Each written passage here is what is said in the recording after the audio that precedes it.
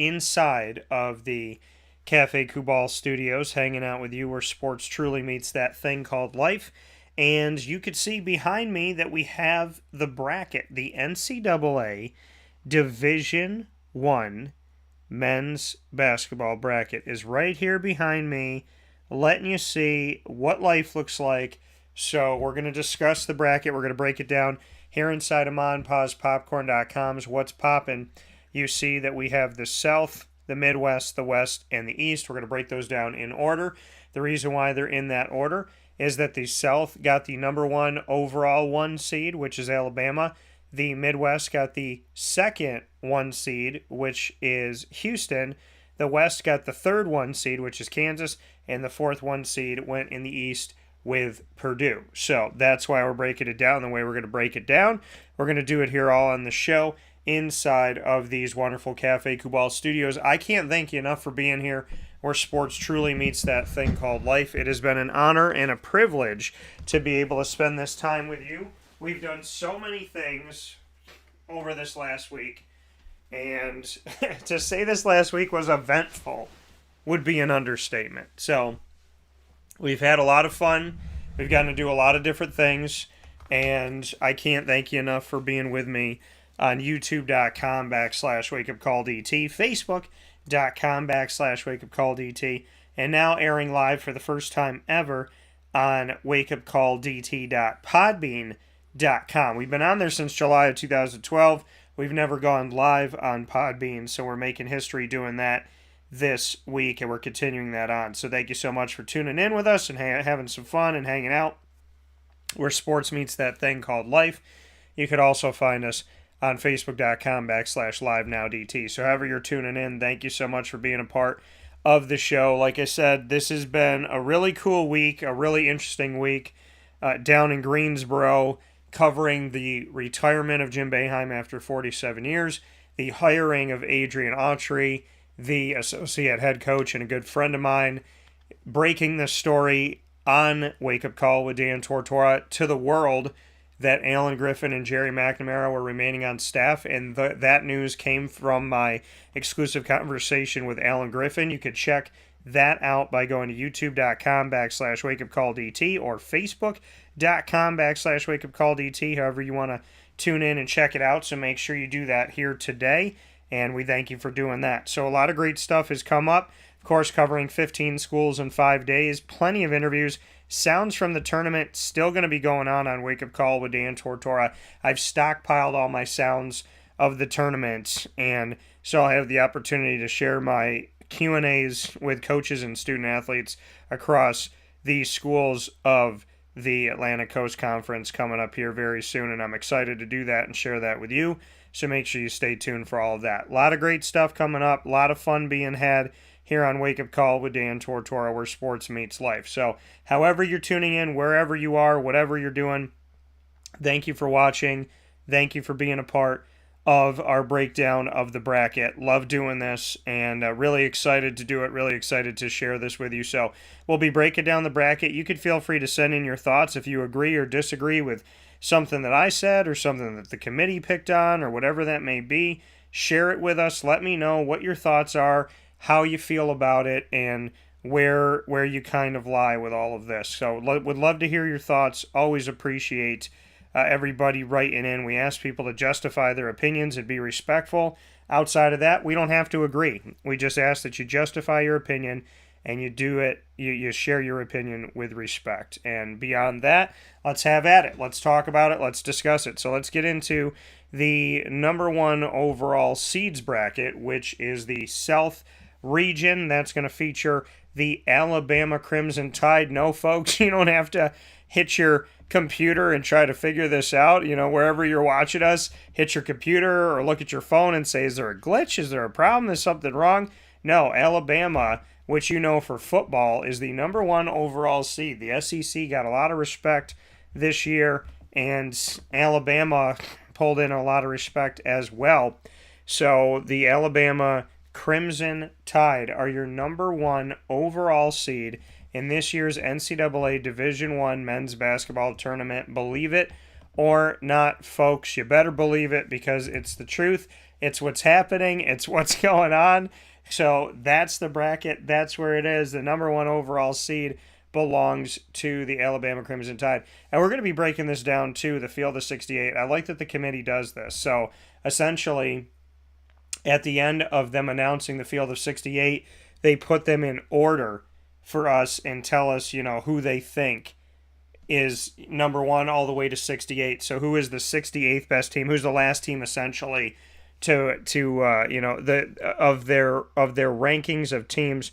Who's the team that they think has the lowest seed? So excited to have this. Excited to share this with you, like I said, and feel free to give your thoughts as we go.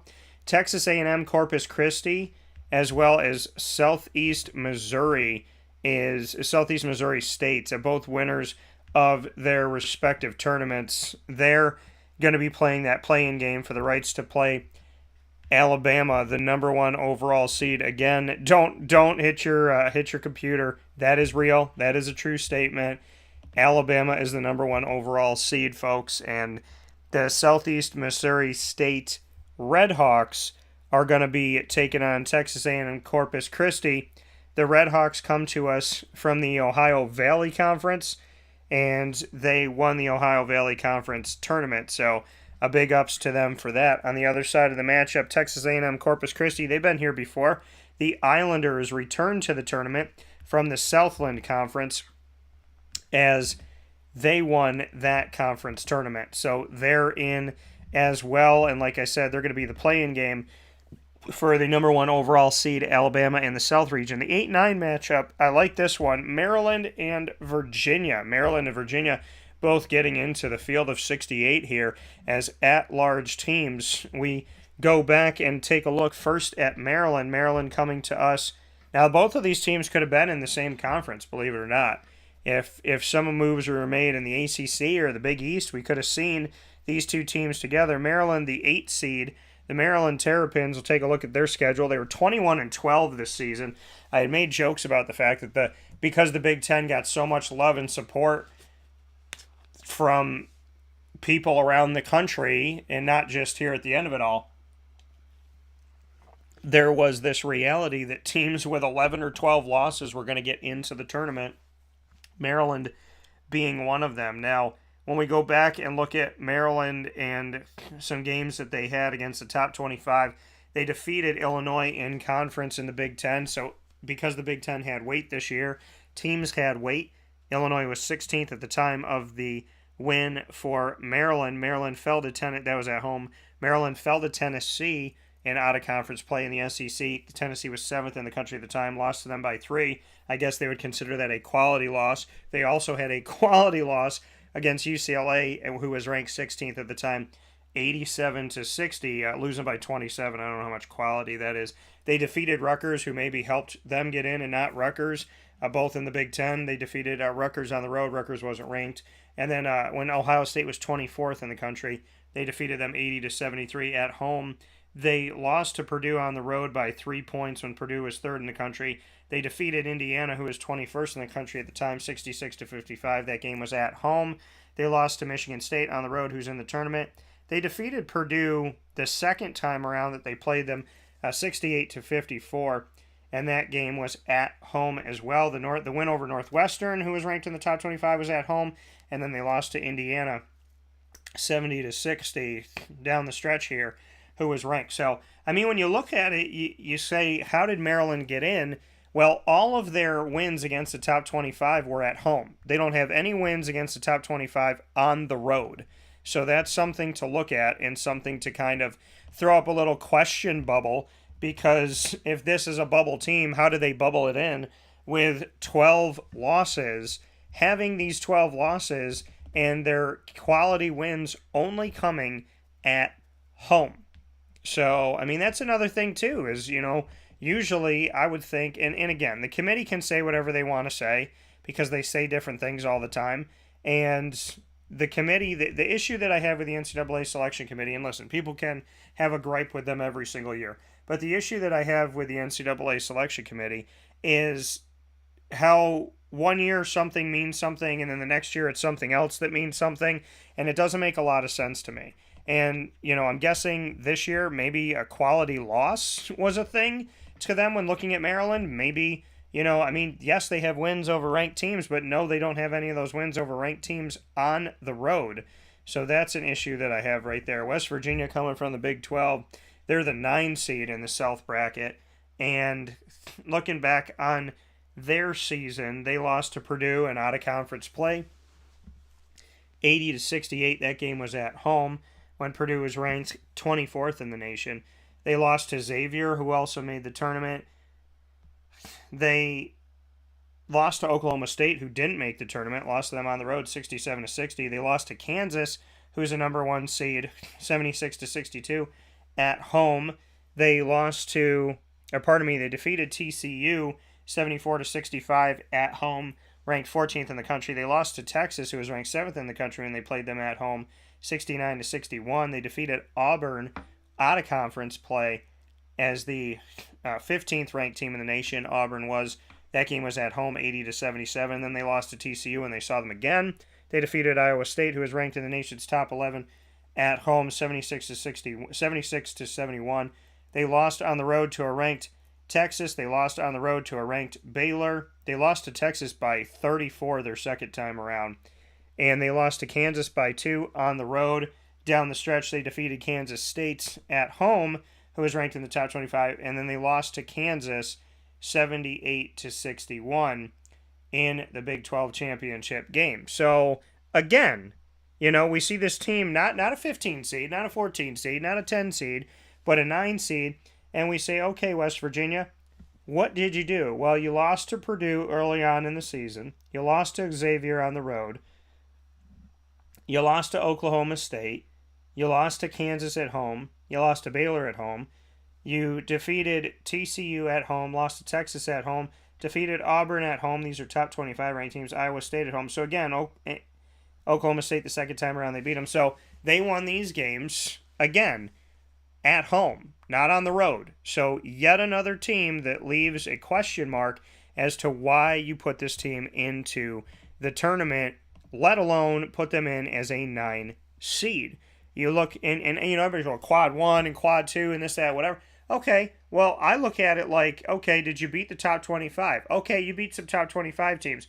Are they still ranked? Okay, these teams are still ranked. Did you beat any of them on the road? West Virginia didn't beat any ranked teams on the road, nor did Maryland. And you got some losses here of West Virginia losing to teams that didn't make the tournament, but they made the tournament. So, again, if we're going to call a spade, then you got to call it a spade. And looking at the breakdown of this, here goes the Big 12 and the Big 10 getting all this love and support, and you start looking at yourself saying, okay, well, what have they done to warrant that? And do they have any top 25 wins away from home? And that's no for both of them. So, not great stuff here when you look at Maryland. And listen, this isn't a witch hunt. I'm just stating an obvious fact. We're breaking it down. The number 6 seed that we have, the number 5 seed that we have in this bracket is going to go to the San Diego State team here. And so San Diego State getting in it, and they have the opportunity as a 5 seed to play the 12 seed at Charleston, who people said was never going to make the tournament unless they won their conference. And they did win their conference, thank goodness for the Charleston Cougars, because the Charleston Cougars are 31-3, but apparently the Colonial Athletic Association doesn't get much love. Now, did they play a ranked team this season? They did.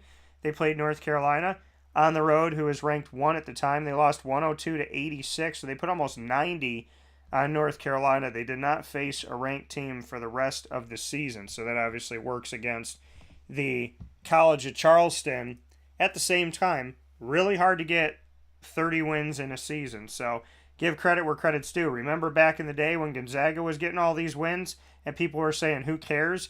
It's Gonzaga. Nobody's paying attention. Where's Gonzaga? Who do they play? Remember, there was a time where Gonzaga wasn't ranked, nor was St. Mary's. So Charleston, 31 wins, not too shabby. Hard thing to do that, especially in conference. Give credit where credit's due.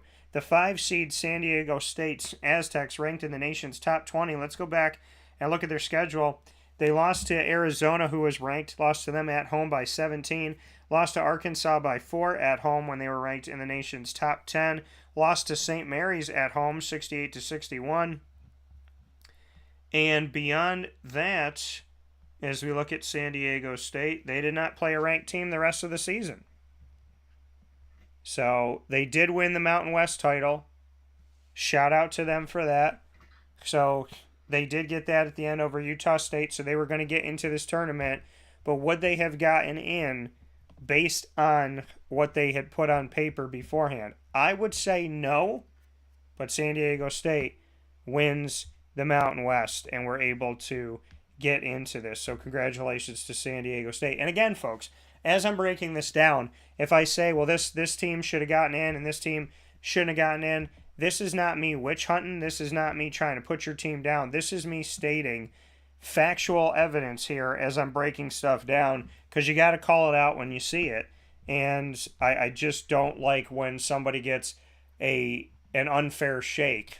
You know, when someone has, like Maryland and West Virginia, what did yes, they beat top 25 teams, but they didn't do it on the road. And did they look overwhelmingly great? No. And when you have 12 losses, that used to keep you out of the tournament. If you had 10 losses, there was a danger of you being out of the tournament. If you had 12, you weren't going more often than not, unless your name was Duke or maybe at the time Indiana.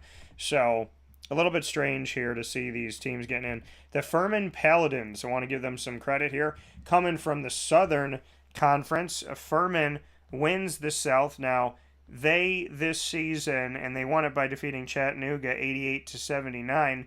Mercer has made it out of here before, East Tennessee State, so they took those teams down as well as Chattanooga. They did not play a season. They did go up against Appalachian State of the Sun Belt on the road, defeated them 65 to 61. They did play Penn State in a close game, 73 to 68. They lost to Penn State, but with Penn State and the Big Ten being ranked so high and given so much love, I don't know why I did air quotes because they are ranked high, but ranked so high and getting so much love, I don't really know why this wasn't a quality loss for the Furman Paladins. So the Furman Paladins, they make it into the tournament here, and they're going to face off against Virginia. The Furman Paladins are going to be a 13 seed, as I had mentioned here. So they will face them as a 13 seed. The 4th seeded Virginia Cavaliers, I have seen this team up close and personal more than once this season, and taken a look at this matchup. When you look at Virginia, now Virginia has to be careful because Virginia struggles sometimes to score the ball, as they did against Duke. They were awful. I don't know what was going on. I don't know. I mean, I know you don't have BVP, but they didn't have BVP before. So, to me, playing up against a team like Duke, yes, a team like Duke they're a good team. They're a strong team. They could do a lot of great things. I'm not going to take anything away from Duke. You give credit where credit has been earned, and Duke earns the credit. They're playing some really good basketball right now. They're playing like the Duke that we would know and think around March Madness time. So, give them credit, give them their flowers. Virginia, though, I mean, they just looked totally out of it. They looked like they weren't prepared. They looked like they weren't ready. They were sluggish. I don't want to say they were sluggish because they weren't moving around the court, but they just looked like they were out of it. It looked like, I feel like in these games, especially when you're playing in Greensboro, North Carolina for the ACC tournament, I feel like Duke is playing a home game. And maybe that gets into their head a little bit. But there seems to be this big bad wolf thing when it comes to playing Duke in the championship, where you see teams kind of play out of character. And Virginia definitely played out of character to me. They did not have a good end here. Now, Virginia's got some quality wins here, okay? Now, they got these at home. They defeated Baylor in the Big 12. They defeated Illinois in the Big 10. And with those conferences getting a lot of love, you got those wins, and they did those at home in the top 20. But again, do they have one away from home that was a top 20 win? They lost at Miami 66 to 64. They played Houston, who was 5th in the country at the time, lost to them at home. Virginia did 69 to 61. And they would go on from there and defeat NC State 63 to 50. That game was also at home, 22nd ranked NC State at the time. And then they would go all the way and face off against Duke and lose to Duke 59 to 49. They did defeat Duke earlier on in the season when Duke wasn't ranked, 69 to 62. So, Virginia, again, doesn't have the road wins either. So, you got to call a spade here and say, okay, well, Dan, you said Maryland didn't have the road wins against the top 25, and you're saying that West Virginia didn't have the road wins against the top 25, but Virginia also didn't have the road wins against the top 25, and that is very true. The ACC was being regarded as less this year, but Virginia getting a 4 seed, I mean, yes, I think Virginia is dangerous, but I also think that there's a lot of danger here with the College of Charleston and San Diego State, and potentially even Furman if Virginia comes out slow like they did in this game that they just had against the Duke Blue Devils. South bracket here with Creighton and NC State. Creighton has 12 losses as well. NC State has 10. And this matchup is going to pit these teams against each other, the 6th seeded Creighton and the 11th seeded NC State.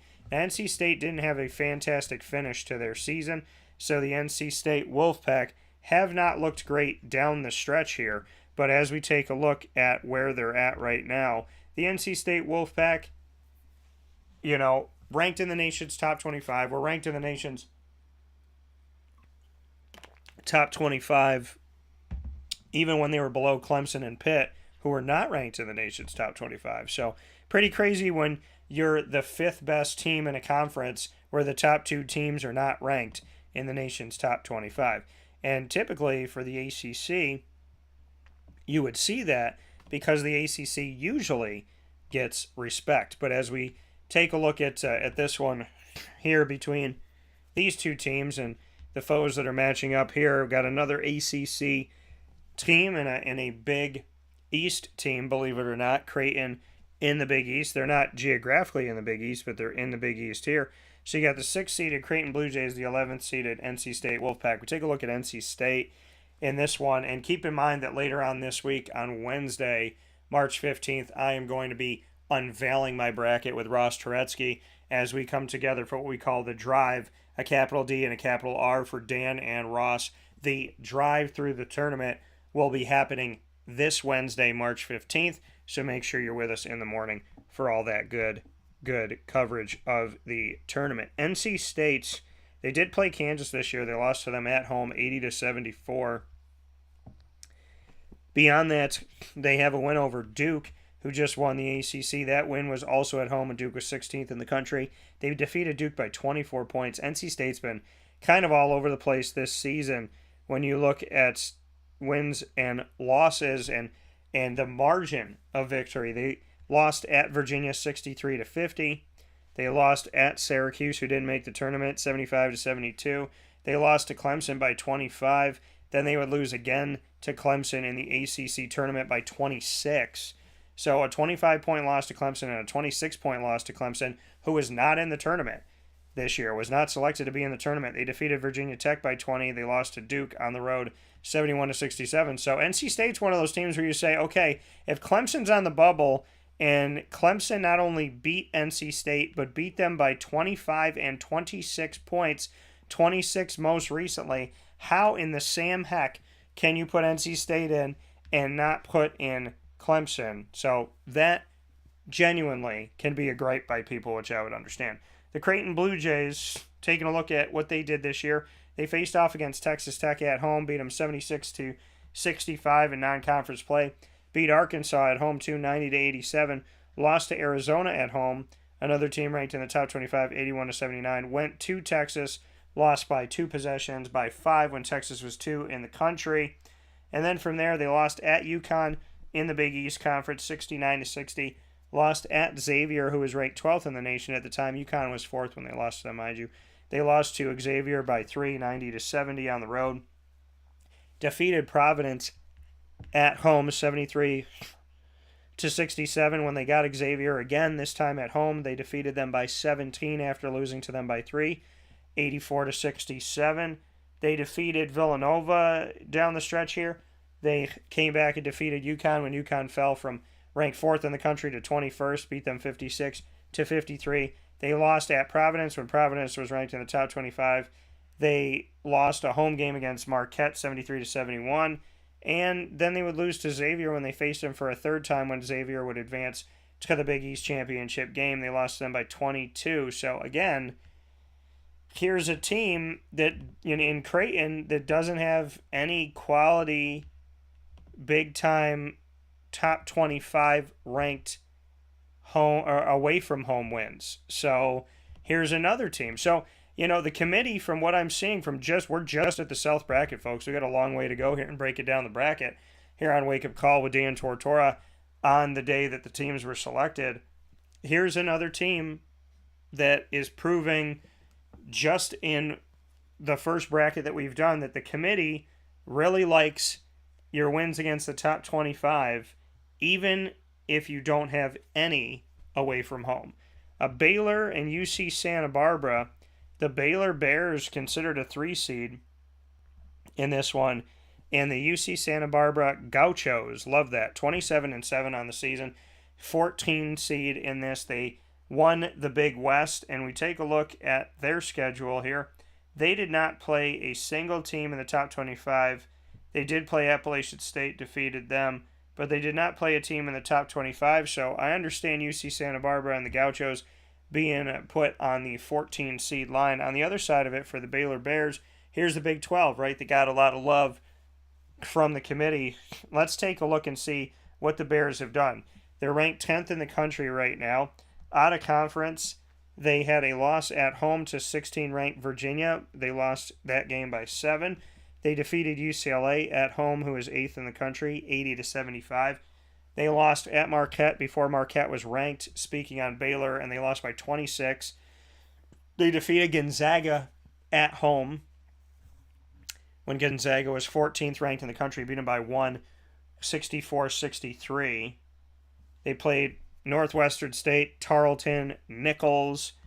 They lost to TCU at home when TCU was ranked in the top 25. They beat Kansas at home 75-69, ranked 9th in the country. They lost at Texas when Texas was 10th in the country by 5. They won at TCU, a win over a top 25 ranked team. TCU was 17th at the time, 72-68. Lost at Kansas by 16, lost at Kansas State by 10, then defeated Texas at home 81-72, and lost back-to-back games to Iowa State. So,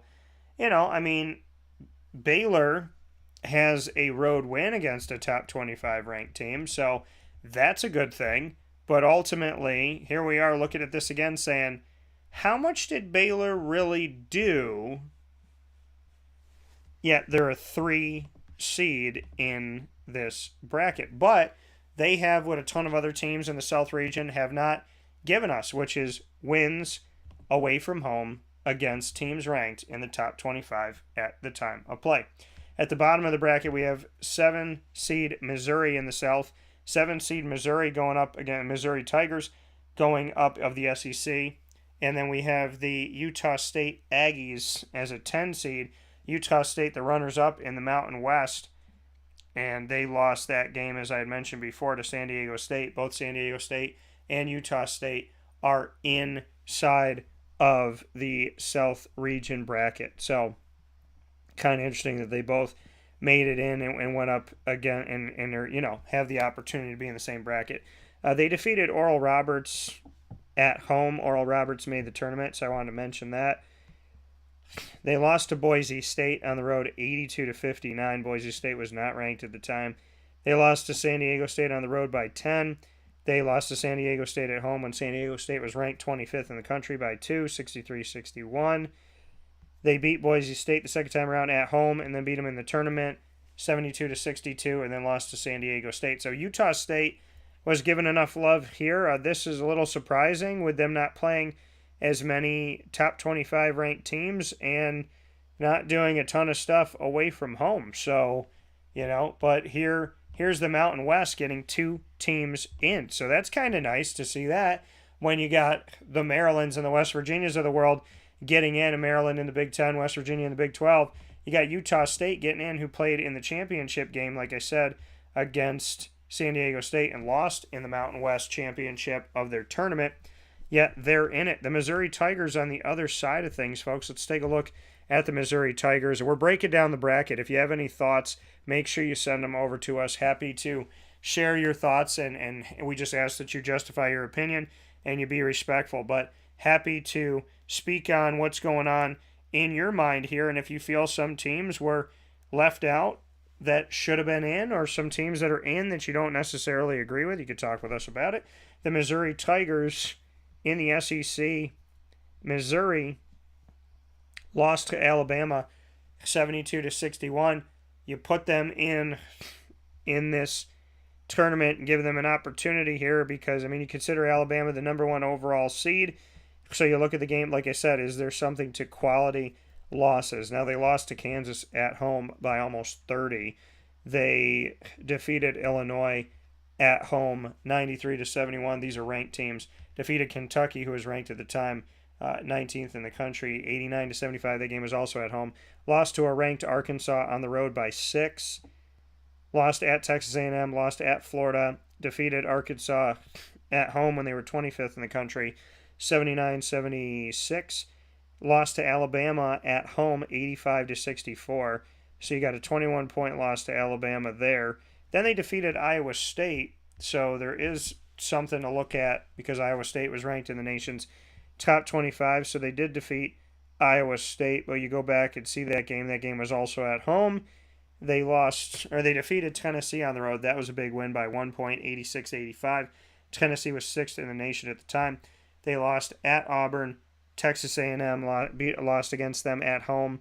And they ended the season winning 5 of their last 6 games, including a win over Tennessee, 79-71. So they defeated Tennessee twice this season, and then losing to Alabama when they faced Alabama again, but by less, losing to Alabama by 11, as opposed to losing to Alabama by 21. So you can understand with the top 25 wins and getting something on the road against the top 25, at least that win over Tennessee, that we have more of an argument here for Missouri. And a 7 seed, not bad for that, so I'm not going to disagree with that. Arizona gets a 2 seed. Princeton gets a 15 seed. Now, obviously, with looking at this matchup, Princeton is not going to get the respect, right? They're the team that wouldn't be in unless they win their conference tournament, and some conferences are like that, which is really unfortunate. The Princeton Tigers, they are in after winning the Ivy League. The Ivy League used to not have a tournament, and they were the only conference of the 32 conferences in Division I men's basketball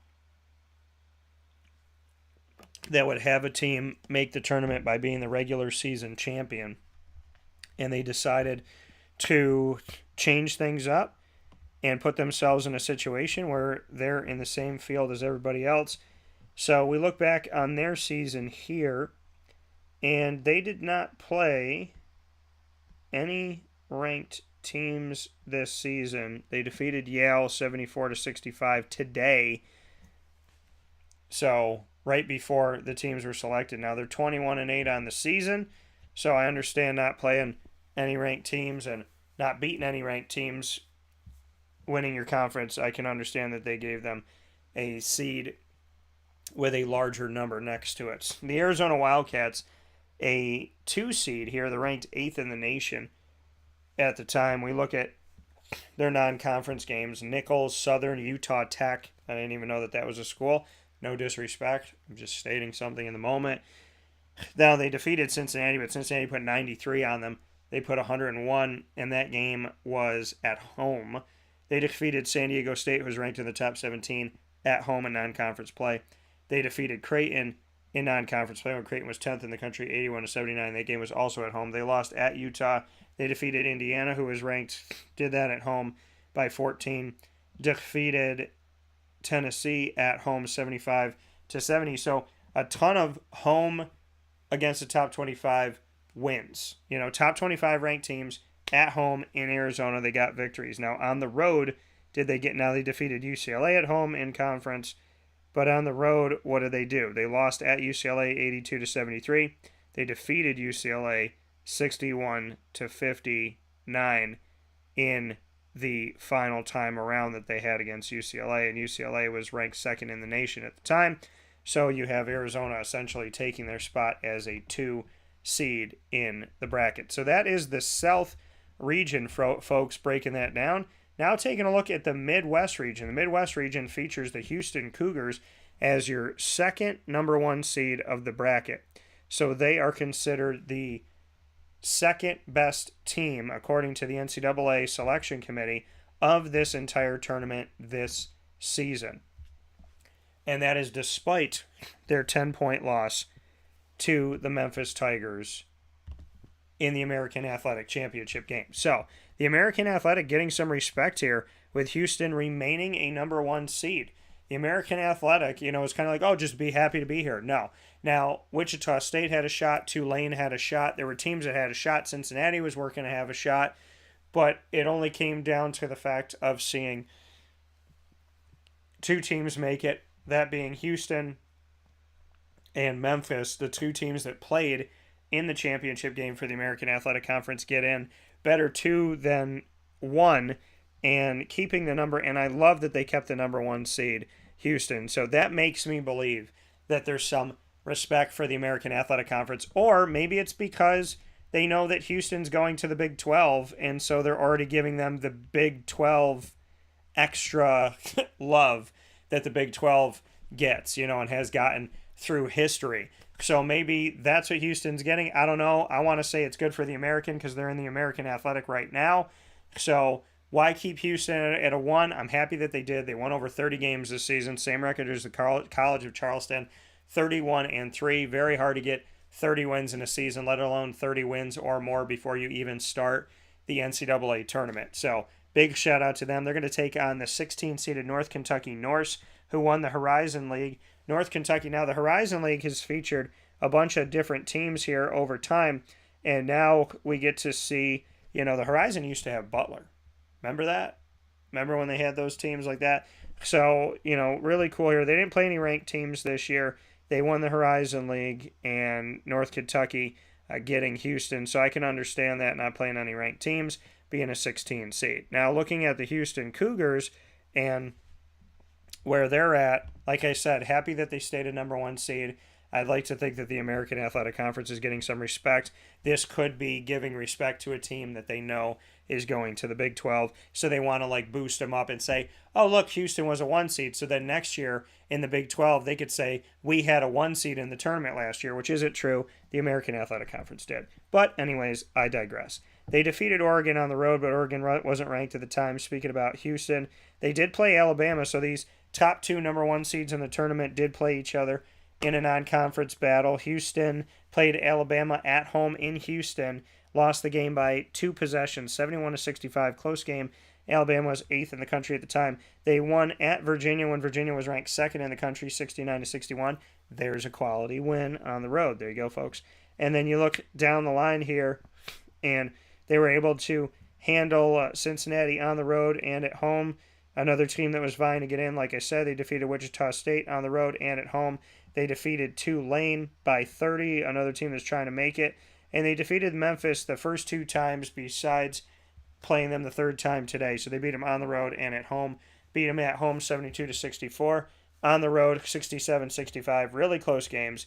Buzzer beater on the road at Memphis. And then they lose to Memphis by 10, but they stay a number one seed. I love that. And like I said, respect to the American Athletic Conference, who deserves it, rarely gets it.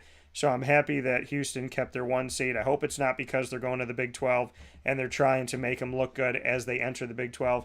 But whatever reason it is, they gave them a number 1 seed. Houston's fought their tails off. They've done a fantastic job. They've won at least 30 games or more in 3 of the last 5 seasons, including this season. Kelvin Sampson in 9 seasons at Houston has done a pretty awesome job. So I got nothing but respect for him and the work that he has done. And I hope that they continue to do great things. I hope they make it to the Final Four and hopefully even farther than that, because Kelvin Sampson's been putting a lot of work in there, as many coaches have in the American, and they don't get the respect. So it's good to see somebody get it. Iowa and Auburn, talking about the region here, the Midwest, in our coverage of the teams selected to be into the tournament and where they are. We have number 8, Iowa Hawkeyes, and who are coming to us from the Big Ten, and the Auburn Tigers coming to us from the SEC.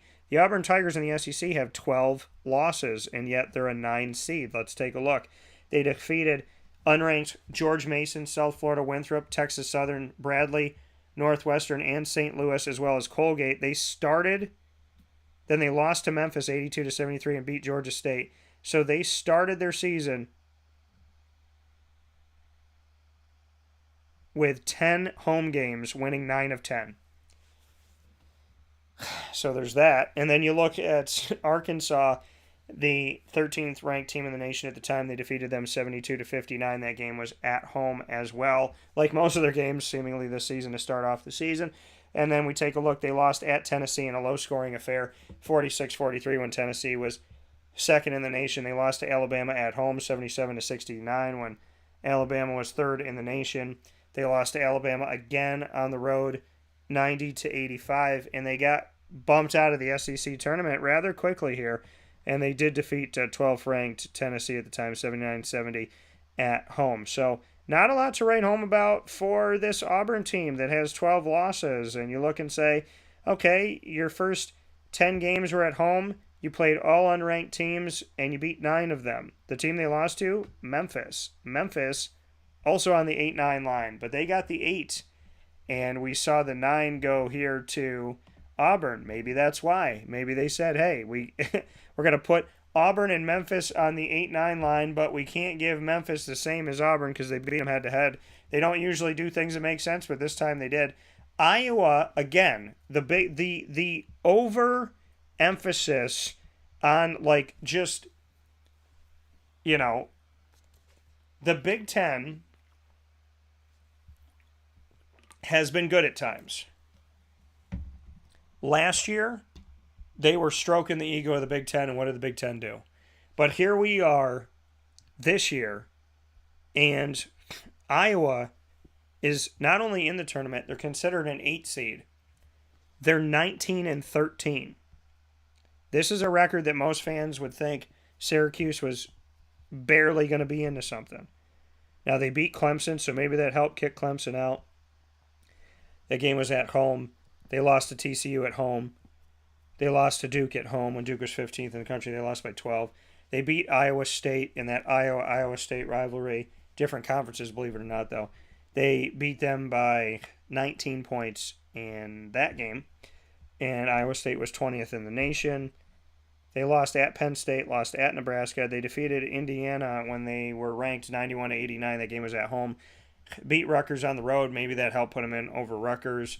Rutgers wasn't ranked at the time. Beat Michigan, beat Maryland at home. Neither one of those teams ranked. Lost to Ohio State and Michigan State back-to-back on the road. Beat Rutgers again at home. Lost to Purdue when Purdue was 1 in the country. That game was on the road, 87-73. And from there, they beat Indiana 90-68 on the road, 15th in the nation. Lost to Nebraska, lost to Ohio State. I mean, Iowa State didn't make a run in the Big Ten tournament. They didn't do much of anything. After beating Ohio State during the season, after losing to Ohio State 93-77 on the road, beating them 92-75, and then losing to them 73-69 in the Big Ten tournament, 13 losses, no great road wins, losing to Ohio State, not making a push in the Big Ten tournament, putting Iowa in makes no sense. But again, it's the Big Ten, and they would rather take the bottom feeder of the Big Ten than than take Clemson, who led the ACC at certain times this season and was above Miami, above Virginia, above NC State, above Duke. It's ridiculous. It's ridiculous. Looking at this matchup with Iowa and Auburn, I can argue both of these teams out, which I did. I could 1,000% argue Iowa out of this. They didn't do anything of merit outside of some home wins against the top 25. I will give them that. But beyond that, where you have 13 losses, you made no type of a run in the Big Ten tournament. Why are you in this thing? And you're an 8-9 seed? It's weird. It's like the teams that you feel like barely should have got in, they don't barely get into a 14 seed, barely get in to a 13 or a 10. They barely get in and they put them in the 8-9 matchup. I don't know. Maybe that's to try and push Houston or maybe whatever it may be. But it's, to me, that was, Iowa almost no reason to put them in. Auburn, yeah, pretty close to that. So pretty ridiculous there that they're in the 8-9, but that's where they are. And again, this is not a witch hunt. This is not me attacking your team. This is me talking about what I'm seeing and giving you my thoughts in real time to breaking down this bracket. So, if you disagree, then write in. If you agree, write in. Let me know what you're thinking. But this is not a witch hunt. I would have said this about anybody. If Syracuse was 19-13, did nothing in the tournament, I'd be happy that my hometown was in, and I'd be very surprised. So Miami going up. I mean, just because it's your hometown doesn't mean, oh yeah, if they were 19-13 and they had a win or two against the top 25, I would say, okay, win or two against the top 25, that's good stuff. But if they had the season that Iowa had and they did nothing in the tournament, then I would say if Syracuse got in, it's got to have something to do with something else besides the fact that they beat a ranked team or two at home. So I don't agree with that. I just don't. Looking at the next one here, Miami is a 5 seed. Miami came into the ACC tournament as the number 1 team here. There were a lot of teams vying for it. Miami was vying for it. And there was Miami, there was Duke, there was Virginia, there was Pitt. So a lot going on here. Miami got the number 1 seed in the ACC tournament. They lost to Duke in a very close game. Duke would go on, and that was in the semifinal. Duke would go on to win over Virginia, and Miami played a better game against them than Virginia did, speaking of Duke. So Miami's a 5 seed. Drake is a 12 seed. The 5-12 matchups become a danger zone. A lot of people like these. They like to pick these because they are such a dangerous thing. You're either going to have that. I mean, honestly, in the 12-5 matchup, you feel better about the 12s than you do the 5s. And it could be this case again when you look at Miami and Drake. Because Miami, listen, they've had themselves a good season, but Drake is not a slouch here. This 5-12 matchup, these are danger zone places here. So Drake, first in the MVC conference, the Missouri Valley Conference, Drake winning it here. Now, did Drake play a ranked team this season? I will tell you they did. They played Mississippi State. They beat Mississippi State at home, 15th in the country Mississippi State was at the time, 58-52. And they did not play a ranked team from there. They did avenge a loss to Bradley that they lost on the road. So they beat Bradley at home, lost them on the road, and then beat them in the Missouri Valley Conference Championship game. So, that's how Drake gets into this one. You got to rank over a top 25 team. Those ranked wins over top 25 teams that you play at home, not even on the road. It seems like, again, the committee this year put a lot of weight on teams winning games against the top 25 at home. They didn't have to be on the road. They didn't have to do anything on the road as long as they beat somebody that was ranked at home. Now, Miami, taking a look at the Hurricanes, 25-7 on this season. ACC, they're ranked in the nation's top 14 currently right now. They defeated Providence at home by 10. Providence wasn't ranked at the time. They beat Rutgers at home by 7. Rutgers wasn't ranked either. They beat Virginia at home. Virginia was 6th in the country, 66-64. And then we look down here. They lost to NC State. They lost at Georgia Tech, who is one of the worst teams in the ACC this year, although they did look pretty good in the tournament at times. And then we look at some of the other things here. They lost to Duke on the road by 2. Duke wasn't ranked at the time. They lost at Pitt by 3, and Pitt wasn't ranked at the time. They lost at Clemson when Clemson was ranked. They defeated Clemson 78-74. So they had wins against Clemson. Let me see here. Just taking a double check here to make sure I didn't miss anything. Oh, sorry. So that wasn't what I was. So they won at Clemson. They did not play Clemson at home, so they beat them on the road. Speaking of Miami, Clemson was 20th in the country at the time. They defeated Duke at home when Duke wasn't ranked. They beat Duke 81-59. Then they beat Pitt when they played them again. This game was at home. Pitt was ranked 25th. They beat them by 2. And then they lost to Duke by 7 in the semis of the ACC tournament, which I was there for when Duke was ranked 21st in the country. So I can understand putting Miami in, especially being at the top of the ACC. So you figure that they were going to get in here. 25-7 is a record, a lot different than the 12-13 lost teams that we've talked about. But, putting them on the 5 line, it's putting them in a danger zone. The 4-13 matchup, Indiana and Kent State. Let's talk about that as we are here in the Midwest region. We're breaking down the entire bracket, folks. So the night that the bracket came out, I'm breaking it down for you. I'm giving you information on all 68 teams. So you have no excuse for two things. You have no excuse to say you don't know something about every team of the 68. You have no excuse that you don't have some information to help you make an educated decision. And you have no excuse to not put your bracket in the Wake Up Call Bracket Challenge, which will be sharing the links on Facebook, Twitter, and Instagram at the end of the show. So Facebook at Wake Up Call DT, Twitter at Call DT, and Instagram at Wake Up Call _DT. So make sure you're with us there. Looking at the next part of the Midwest bracket, we have 4th seeded Indiana, 13th seeded Kent State. So let's go to Kent State first.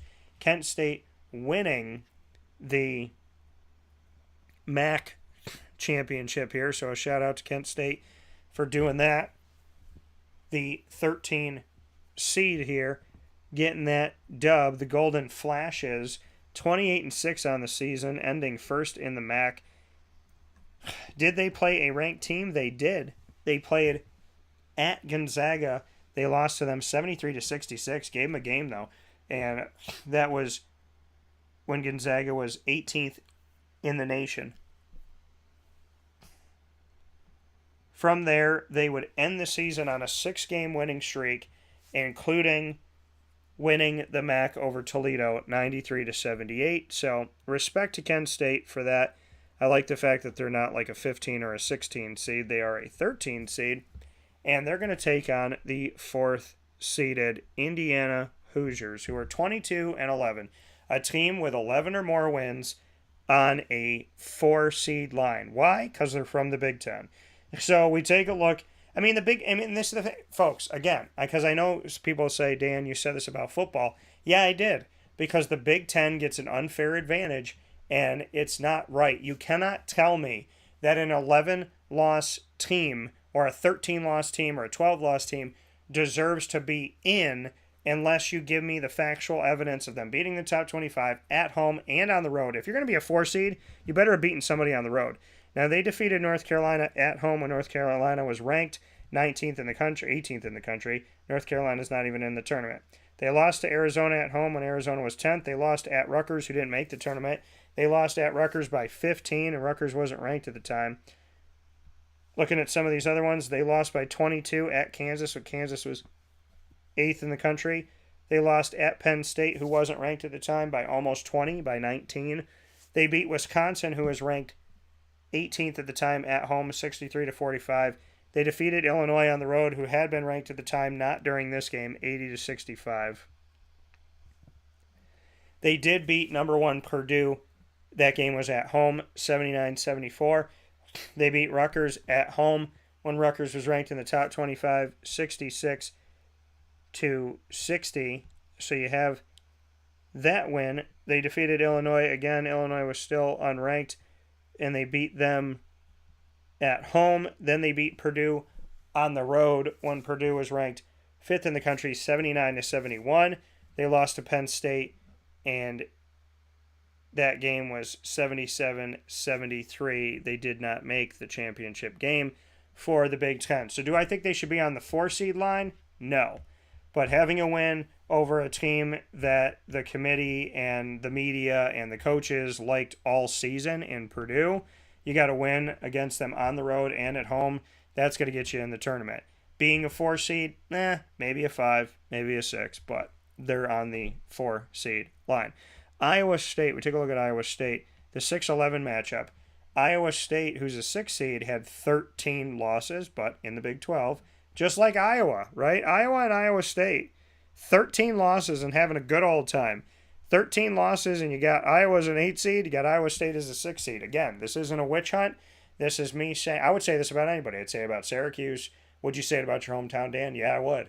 If my hometown had 13 losses and they got a 6 seed or a 4 seed or something like that, and they didn't do anything of merit, then I would tell you that it's wrong. I would tell you that it's wrong. I would say they shouldn't have been ranked that high. They shouldn't have gotten in the tournament. And their fans know when you look at 13 losses, that used to not be good enough at all. But trust me, there's more Big Ten teams and that have 13 losses, and Big 12, teams have it too here. So we'll talk about it. Iowa State 19-13. They're going to play the winner of Mississippi State and Pitt, who will play a play-in game as the double 11 seed. So as we go to that matchup, let's go to the double 11 seed first. Mississippi State and Pittsburgh. Mississippi State, let's go to Mississippi State first. The Bulldogs out of the SEC have 12 losses. They're 21-12. What did Mississippi State do this season? Well, I'm so happy you asked. They played Marquette when Marquette wasn't ranked. Marquette's a 2 seed in the tournament. We'll get to them in a little bit. They defeated them at home 58-55. They lost to Drake at home 58-52. Drake, a team that I just mentioned here. And then they lost to Alabama at home, who was 8th in the country. They lost to them by 11. They lost at Tennessee by 34 points. 34 points. 34 points, 87-53 at Tennessee, who was ranked 8th in the country at the time. They lost at Georgia, who wasn't ranked. They lost at Auburn, who was ranked 21st. They lost to Tennessee when they faced Tennessee at home. That game they lost by 21 points. 11 points in that game. That was 70-59 was that matchup. So they lost by 11. And they lost to Florida at home, who wasn't ranked. They lost at Alabama by 3. That's a quality loss based on what I've seen the committee do. I'm going to say that that's a quality loss, not my words. That's not my thoughts, I should say. My words, but I'm saying quality loss. Like, this is what the committee must have seen it as if I'm prognosticating. I haven't talked to the committee. I'm just looking at what they've done up to this point, and it seems like they value home wins over the top 25 and quality losses against the top 25, and that you don't have to beat any top 25s on the road. So they beat TCU at home, who was ranked 11th in the country. They beat them by 7. They lost to Kentucky, who wasn't ranked. They lost to them at home by 3. They lost at Missouri by 2 on the road. They beat Texas A&M, who played in the SEC championship game. They beat them 69-62 at home. They were ranked 25th in the country. They beat Florida when they saw them again. They lost at Vanderbilt, who didn't make it into the tournament. They lost there 77-72. And they lost to Alabama 72-49. Mississippi State did. So, not a great team this year. And they're in a play-in game, so it's hard to go, well, they don't deserve it because they're almost out, right? But they're still in. Pittsburgh was almost out. Pittsburgh went 22-11. They faced Michigan in non-conference at home. Michigan was 20th in the country. They lost to them by 31 points in Pittsburgh at the Pete, which is a hard place to play. So that's not great. They lost at Vanderbilt. So you got two teams doing a play-in game that both lost to Vanderbilt, and Vanderbilt wasn't allowed in the tournament. So you got two teams that made it over Vanderbilt that both lost to Vanderbilt, and they're playing each other. That could not get more ironic or more ridiculous to a Vanderbilt fan, and I understand their frustration. Looking at, they beat North Carolina when North Carolina was ranked 76-74. Speaking of Pitt, they beat Virginia, who was 11th in the country at the time. That game was also at home, 68-65. They lost to Clemson at home by 1. They lost at Duke 77-69 when Duke was ranked 24th in the nation. They lost to Florida State, who didn't make the tournament, by 7. That game was at home. They beat Miami by 3 at home when Miami was 20th in the country. They lost to Notre Dame, who did not have a good year. Lost them on the road 88-81. They lost to Miami on the road 78-76 when Miami was 16th in the nation. So they split with Miami 1-1. They lost to Duke 96-69, losing to Duke by almost 30 points in the ACC tournament, and I watched that game live right in front of my face. So did Pitt deserve to get in over Clemson? One can make that argument, no. Did they deserve to get in over Vanderbilt? One can make that argument, no. So, in one hand, I'm happy for the ACC, who got completely disrespected. But on the other hand, you take the NC States of the world and the Pitts of the world, but you don't take Clemson. A little bit strange. So, that was definitely weird. It's almost like the entire ACC is being punished by the fact that people picked North Carolina to be the number one team in the country in the preseason. So it's almost like the entire conference of the ACC that North Carolina plays in is being punished for the fact that in the preseason, people thought that North Carolina was going to be good, and then they weren't good, and it was like, how dare you? And now here's the punishment for, because we picked North Carolina and they stunk. Now you all got to pay for it, because if we pick North Carolina to be the top team, not only in the ACC but in the country, then if they're not good, that means the ACC is not good. That's not true. You can't say if one team that you picked in the preseason isn't good, then the whole conference isn't good. That's ridiculous. I don't think teams want to play Miami. I don't think teams want to play Duke. I don't think necessarily teams want to play Pittsburgh. I don't think teams want to play Clemson. I can make a case for NC State, and I think Virginia can be a Final Four team if they could get their act together and be consistent. So, to me, there's danger in the ACC. Don't punish the ACC because you guys were wrong about the preseason. It's called a preseason prediction for a reason. You're making an assumption based on very little information. Now, and what I mean by that is you have what's in front of you of what's on paper, but you don't have any games to go off of, right? Nothing gives a better prediction than games, right? That's why I think it's hard. That's why you don't see me at the beginning of the year going, oh, here are all the teams that are going to make the tournament. Now, are there some teams that I watch play, and while I'm watching them play, I go, this is a tournament team? Yeah, I watched Colgate beat Syracuse. I said, this is a tournament team. I watched them play Binghamton. And Binghamton won 13 games this season and had a losing record. But so you say, well, Dan, how can you? It was because of the consistency. It was because Colgate did to Binghamton what they did to Syracuse. They played their game. They commanded their game. They utilized their inside. They utilized their outside. They were unstoppable everywhere. I'm not saying that they would be the same against Duke. I'm not saying they would be the same against Gonzaga. What I'm saying is Colgate left me watching the tournament for as many years as I have that they were a tournament caliber team, and they proved me right. They won the Patriot League, so I'm super happy for them. Iowa State, 13 losses in the Big 12. Let's have some fun with this. They beat North Carolina at home, and North Carolina was ranked first in the country, 70-65. They lost by almost 20 to UConn at home, who was ranked 20th in the country. They lost at Iowa, who was unranked at the time, by 19. They beat Baylor, who was ranked 12th in the country at the time. That was at home, 77-62. They did get a road win against the top 20 team in TCU, 17th in the country, 69-67.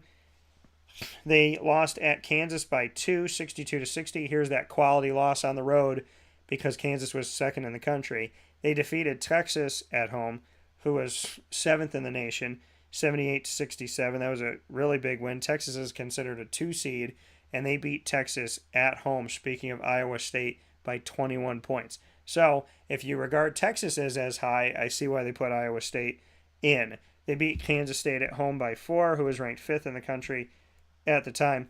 They lost to an unranked Missouri on the road and unranked Texas Tech on the road. They beat Kansas when they played them again, 68-53 at home when they were 8th in the country. They beat TCU at home by 11 points, 70-59. They lost at Kansas State, who was ranked in the top 12 at the time. They lost at Texas when they faced Texas again, 72-54 on the road when they were ranked 8th in the country. They had back-to-back games against Baylor, one on the road, one in the Big 12 tournament. They won both of those games, and Baylor was in the top 10 for both of those. They lost to Kansas in the Big 12 tournament, 71-58. So you say, okay, so they played Kansas 3 times. They won one game, and that game was at home. And then you say they beat Texas at home by 21, and then they lost to Texas on the road by 18. So I can see why they put Iowa State in, but I can also argue that Iowa State shouldn't be the 6th playing the play-in 11 seeds, but that maybe they should be a play-in 11 seed. Number 3 seed Xavier, we know that the NCAA selection committee has been a fan of the new Big East, the new look Big East over these last few years that features the Craytons and the Xaviers and the Butlers of the world. Taking a look at this and breaking it all down as we look at Xavier's going to play Kennesaw State. Xavier's the 3, Kennesaw is the 14. So they're going to face off against each other. And looking at Xavier, here as we continue the bracket in the Midwest. As I break down the bracket for you folks, this is all a prelude to you joining the Wake Up Call Bracket Challenge. You could join anywhere in the world. We do it in the Yahoo Tourney Pick'em. All you have to do is search Wake Up Call, the Wake Up Call bracket. It's called Wake Up Call. That's the name of the bracket. So go to Yahoo Tourney Pick'em on your app or your desktop, laptop, whatever your phone. Go to Yahoo Tourney Pick'em anywhere in the world. Search the public group Wake Up Call. Click join. You'll be in with us. We have set history worldwide before. We've made it in the top 15, top 20, top 50 bracket pools in the entire world. Not on the East Coast, not for Syracuse fans, not in the nation. The entire world, we've made the top 15, top 50. So thank you for that. Appreciate you so much for that. And make sure you join this year. Taking a look at the rest of the Midwest inside of the Cafe Kubal Studios in this special edition of Wake Up Call with Dan Tortora.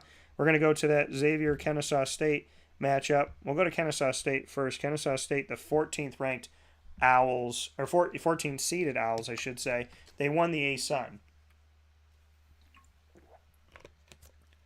And they are 26-8 on the season. It's like every one of these teams that you look at and you say, okay, these are the teams that people may not have as household names. Who did they beat? They've all beaten. There's 3 of them that I've looked at that have all beaten Appalachian State. So they also defeated Appalachian State. So you look at that one.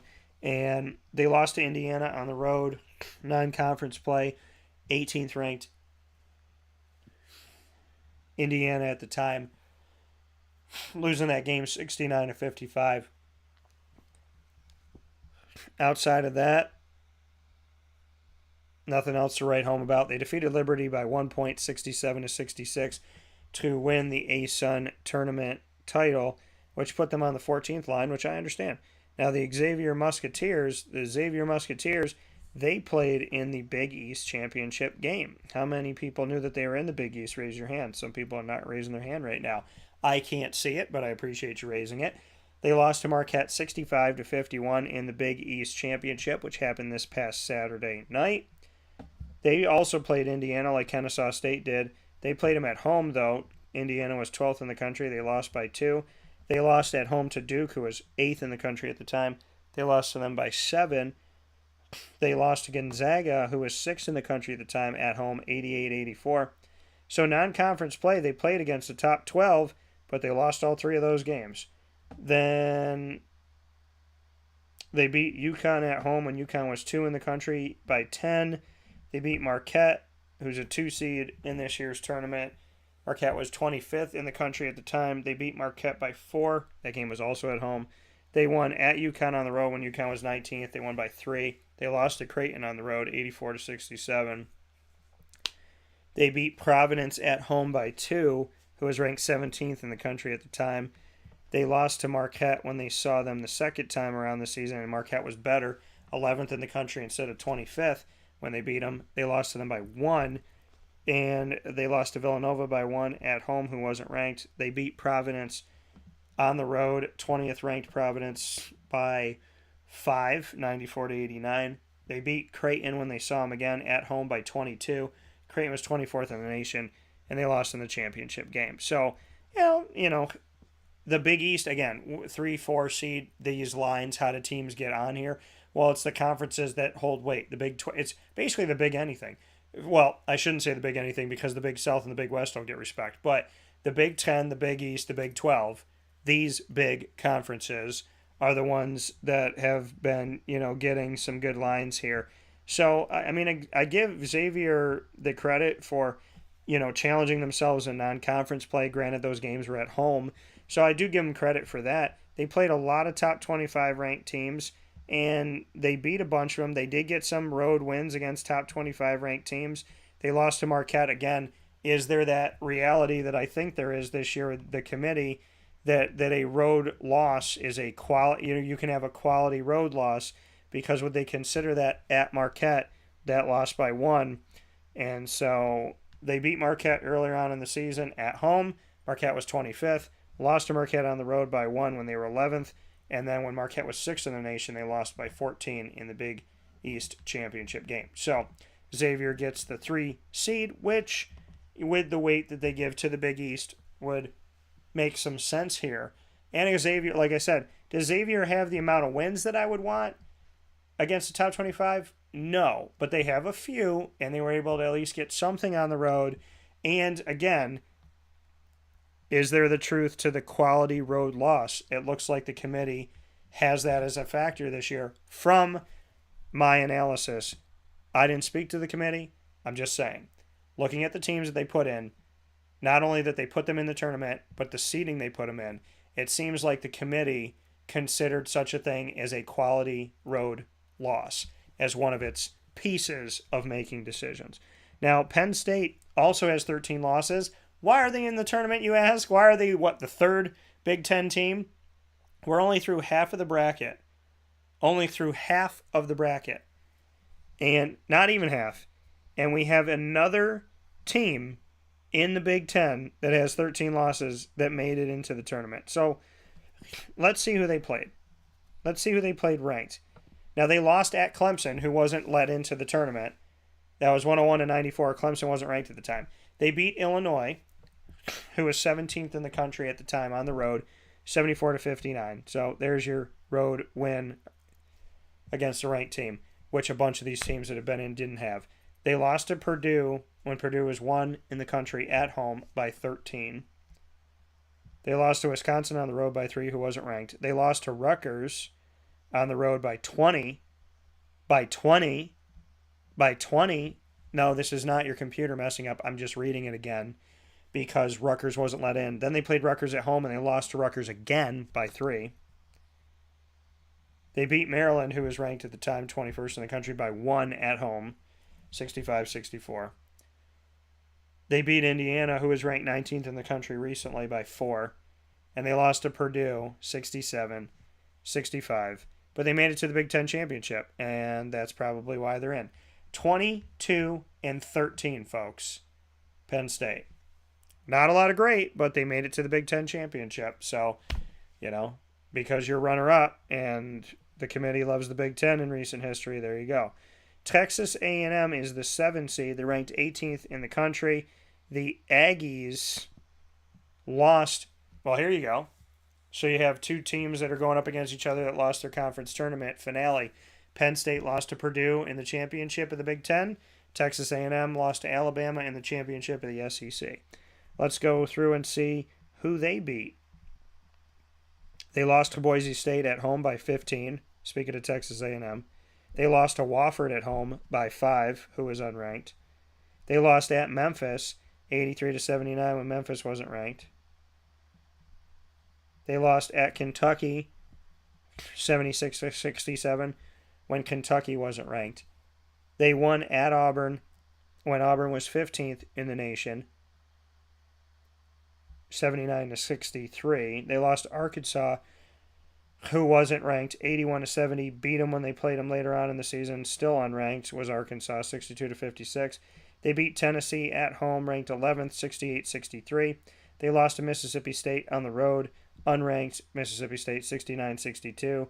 They won 4 of their last 5 and 5 of their last 7. They won at Ole Miss. They defeated Alabama, who's the number 1 overall seed. That game was at home when Alabama was 2 in the country, 67-61. So that's going to get you in. And they lost to Alabama in the championship game of the SEC by 19 points, 82-63, when Alabama was 4th in the nation. So I understand putting in Texas A&M. I'm just saying that went over. Basically, if you beat the top team in the nation and if you have 13 losses or less and you beat the top team in the nation that is ranked the top team in the nation at the end of the year, there's a good shot you're going to make it in, right? Just saying. It's not that Texas A&M shouldn't be in. They should be in. They got, they know what it's like to get spurned in the past. I think Buzz Williams got screwed over in the past here, so I could fully understand them getting in. You got 2 teams going up against each other in that 7-10, Texas A&M and Penn State, that just lost their conference tournament. So somebody's going to get a win after losing their conference tournament championship game. So we'll see who that's going to be. But I'm excited to See where that's going to go. Texas is going to go up against Colgate, folks. Let's talk about this one here. Now, the Texas Longhorns going to be facing the Colgate Raiders. Texas, a 2 seed, Colgate, a 15 seed. Now, Colgate won the Patriot League again. It was their 4th title in 5 years and 6th all time. Matt Langle is an incredible coach there. 4 titles in 5 years. Of the 6 that they've ever had in the Patriot League, in the tournament, of the 6 that they've ever had in the Patriot League tournament, he's got 4 in 5 years. So 6 all time, 4 in 5 years. I mean, think about that. That means in the most recent piece of history for Colgate is when they're winning the most. When they're doing, when they're winning that tournament and punching their ticket to the NCAA tournament. Matt Langle, just incredible. Absolutely incredible. Give him all the credit. Give him all the flowers that he deserves. He's going to be on the show tomorrow morning, too, for those of you watching live. He's going to start the week off for us Monday, March 13th at 9 a.m. on the dot. He's going to Zoom with us and be on the show live, picture-in-picture. Really excited about that. So taking a look at Colgate. Colgate defeated Syracuse for the 2nd season in a row. And at the Dome again, they defeated them by 15 last year. And it snapped a 52-year streak or 53-year streak, over 50 years where they hadn't won. Now they've won 2 in a row. They won this one by 12. They played Auburn on the road, 15th ranked in the country. They lost 93-66. And then from there, they did not play a ranked team the rest of the way. Lafayette, they defeated 79-61 as Colgate punches their ticket again. So, not having a win against a top 25 ranked team, I can understand that. They're going to give them that 13 to 15 seed here. I wish that they had put them in a little better than throwing them into Texas, who is ranked 7th in the nation right now. And Texas defeated Gonzaga when Gonzaga was 2. They beat them 93-74 at home. They beat Creighton when Creighton was ranked 7th in the country, speaking of Texas, 72-67. And that game was also at home for the Texas Longhorns. And then they lost to Illinois at home, 85-78, when Illinois was 17th in the nation. From there, they would lose to Kansas State 116-103 at home. Kansas State wasn't ranked. They would lose to Iowa State on the road when Iowa State was 12th in the nation. They lost to them by 11. They lost at number 4 ranked Tennessee by 11. They defeated Baylor at home when Baylor was 11. They beat them by 5. They beat Kansas State on the road by 3 when Kansas State was 7. They lost by 8 on the road to a number 9 ranked Kansas at the time. They lost to Texas Tech, who was unranked on the road. They beat Iowa State when Iowa State was 23rd in the country. They beat them 72-54 at home. So after dropping one on the road to them by 11, they beat them at home when Iowa State was ranked lower. Then you have a loss at Baylor, who was ranked 9th in the country. They lost by 9 to them. They lost at TCU by 2, with TCU being 22nd in the country. They beat Kansas when they got to play Kansas at home, 75-59, and they just beat Kansas recently again. So Kansas getting love during the season, putting them in a situation where they had love, the Big 12 had love, Kansas wins, they become a 1 seed. Well, you got it. Like I said, if you beat any one of the 4 1 seeds, you're probably going to get in the tournament if you have a winning record and did some good things. The Big 10 has proven that you could have 12 to 13 losses and you still have a shot of getting in to the tournament here. So when you beat a number 1, the 3rd overall number 1 seed twice within the last couple weeks, you're going to get in. They beat them 75-59, 76-56. So you're going to put them in. They beat TCU after losing to TCU by 2. They beat them by 6 in the Big 12 tournament when TCU was 12th in the country. So the Texas Longhorns, a 2 seed, I can understand. If you got Kansas as a 1, it makes sense to have Texas as a 2.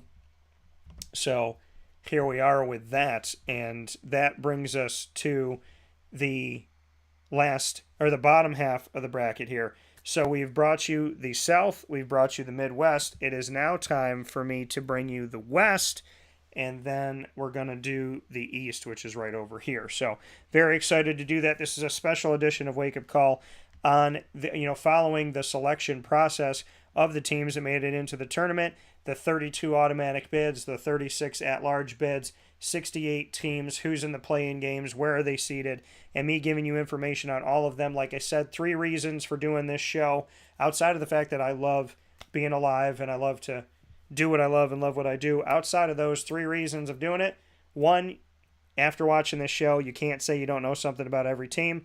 2, with knowing something, you can at least make an educated guess. And 3, you could put that bracket, when you make those educated guesses, into our international Yahoo Tourney Pick'em group, which is simply called Wake Up Call. If you search us, if you go to Yahoo Tourney Pick'em, go to public groups and search Wake Up Call, you can join us there, and I'm excited to have you be a part of this wonderful NCAA tournament with me and everybody else that joins the Wake Up Call Bracket Challenge. Let's head down to the bottom part of the bracket here, the West, where we have Kansas playing Howard, the 1 versus the 16. Now, a 16 has won it one time, and only one time has a 16 seed knocked off a 1 seed.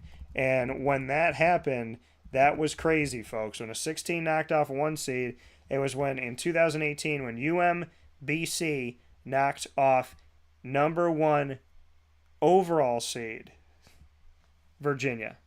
It's crazy. Absolutely crazy. And yeah, it was nuts. Absolutely nuts. So the University of Maryland, Baltimore County, UMBC, which competes inside of the America East, which goes up against teams like Binghamton and Albany, UMBC is the one that did it. So that was pretty crazy. That was pretty insane that we got to see that. I didn't know if I would ever see that happen in my lifetime. So happy to see that happen, and happy to happy to witness that in history, as hard as it was to see for a coach in a program that I respect and I like in the Virginia Cavaliers. So let's take a look at this bracket. You got Kansas and you have Howard. Let's jump right into this matchup here. Kansas and Howard going up against each other. Kansas, the number 3 overall 1 seed, and Howard, a 16 seed. Looking at these teams, the Howard Bison from HBCU inside of the MEAC, they finished by winning the MEAC. 22-12 is their record. But unlike teams in the Big Ten with 12 or 13 losses, they got in because they won their conference tournament, because that's typically the only way that you could get a 12 to 13 loss team in, unless you have the right name. They beat Norfolk State by 1, 65. And listen, again, it's not me going after the Big Ten. I would say it about the SEC, the ACC, the WC. I would say about anybody. The reality of it all is, when you take a look at these conferences, now the Mountain West gets respect, and I love that. I'm happy that that happens. I'm happy that St. Mary's and Gonzaga get respect too. It's wonderful. I'm just saying, with the Big Ten sending teams in with 13 losses, and me looking at these records saying, what the heck's going on? I mean, Penn State's claim to fame is that they played Purdue in the championship game of the Big Ten tournament, even though they lost. So that's their claim to fame. But they also lost. You know what I mean? So, but if your conference is respected and you make it to the conference championship game and you have a quality loss, if there is such a thing, it seems like that's what gets them in. Howard wasn't going to get in unless they won their conference tournament. They did over Norfolk State, 65-64. They didn't play any ranked teams all season long, and so that's why you see them where they are as a 16 seed. They did play at VCU, who made the tournament, and they lost to them by 10, 70-60. VCU was not ranked at the time, but just making a note of a team that they played out of conference here that you're going to see in the tournament. Kansas Jayhawks are the 3rd overall 1 seed. They defeated Duke when Duke was 7th in the nation. They defeated them 69-64 at home this season. They defeated NC State, who made the tournament. They defeated them by 6. They weren't ranked at the time. They lost to Tennessee at home by 14 when Tennessee was 22nd in the nation. They beat Indiana at home when Indiana was 14th in the nation. They beat them by 22. So far, all their wins against the top 25 have been at home. Let's look at any on the road here. They lost to Kansas State by 1. There's that quality road loss that I think the committee had this year. 13th ranked Kansas State at the time. They lost to them by 1. They beat Iowa State by 2 at home when Iowa State was 14th in the nation. They lost against TCU at home when TCU was 14th in the nation. They lost by 23 at home in Kansas. They lost on the road at Baylor 75-69 when Baylor was 17th in the country. So those are 3 losses in a row against 3 ranked teams. And one of those being at home, and their worst loss being the one that was at home by 23. It's almost like they valued road losses more than punishing home losses to ranked teams. Then they lost to Iowa State when they saw them again, this time on the road, 68-53. Lost to them on the road when Iowa State was 13th in the country. Lost to them by 15 after beating them at home by just 2. They beat Texas at home when Texas was 5th in the country. They beat them by 8. They beat Baylor when Baylor was 9th in the country at home, 87-71. They lost to Texas on the road when Texas was 9th in the country. They lost by almost 20, 75-59. And they lost to Texas in the championship game, 76-56. So is Kansas a 1 seed? People would say yes, because the Big 12 had a lot of teams ranked and had a lot of respect. But Kansas is probably the first 1 seed that I've covered in a while that has lost a ton of games to ranked teams at home and on the road, and lost their conference tournament by 20 and was still given a 1 seed. So, not that I thought that Texas should have taken the 1 seed, but I don't really think that Kansas should have gotten the 1 seed, and I'm happy that Houston was ranked the 2nd overall 1 seed above Kansas, because that would have been ridiculous if Houston was ranked below them with the season that Houston had. Because Kansas, you're thinking, okay, Kansas played all these ranked teams, right? But were they ranked because they were good, or were they ranked because they were in the Big 12 and the Big 12 was respected? And they lost to a ton of them. I mean, I read you 3 in a row that they lost to. So Kansas didn't have as great of a season on paper as some may think.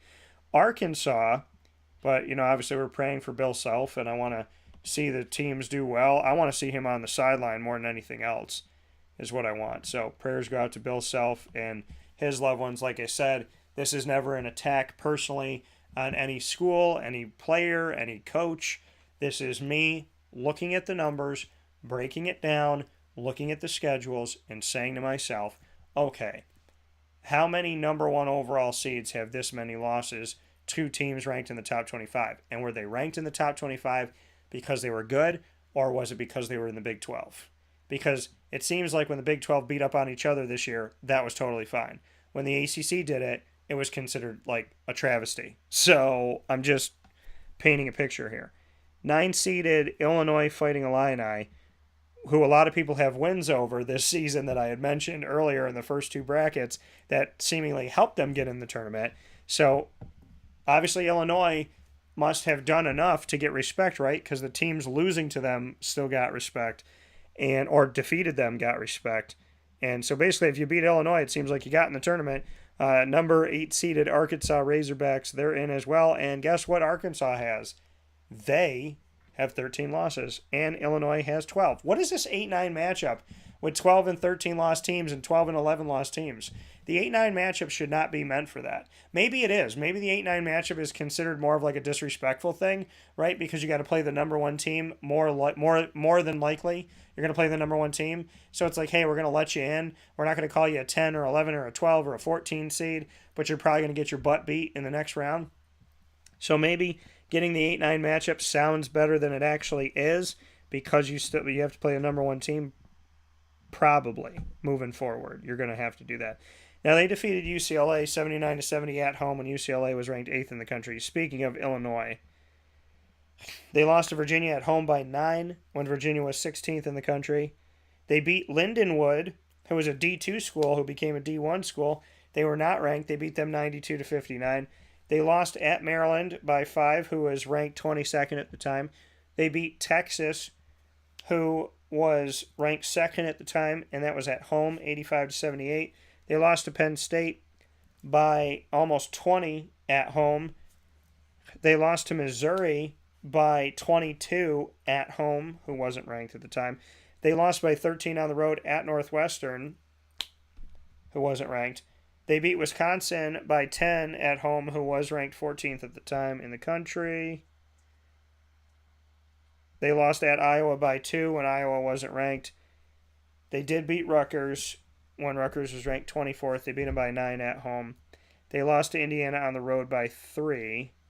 So they had a loss to Indiana when Indiana wasn't ranked by 15 at home.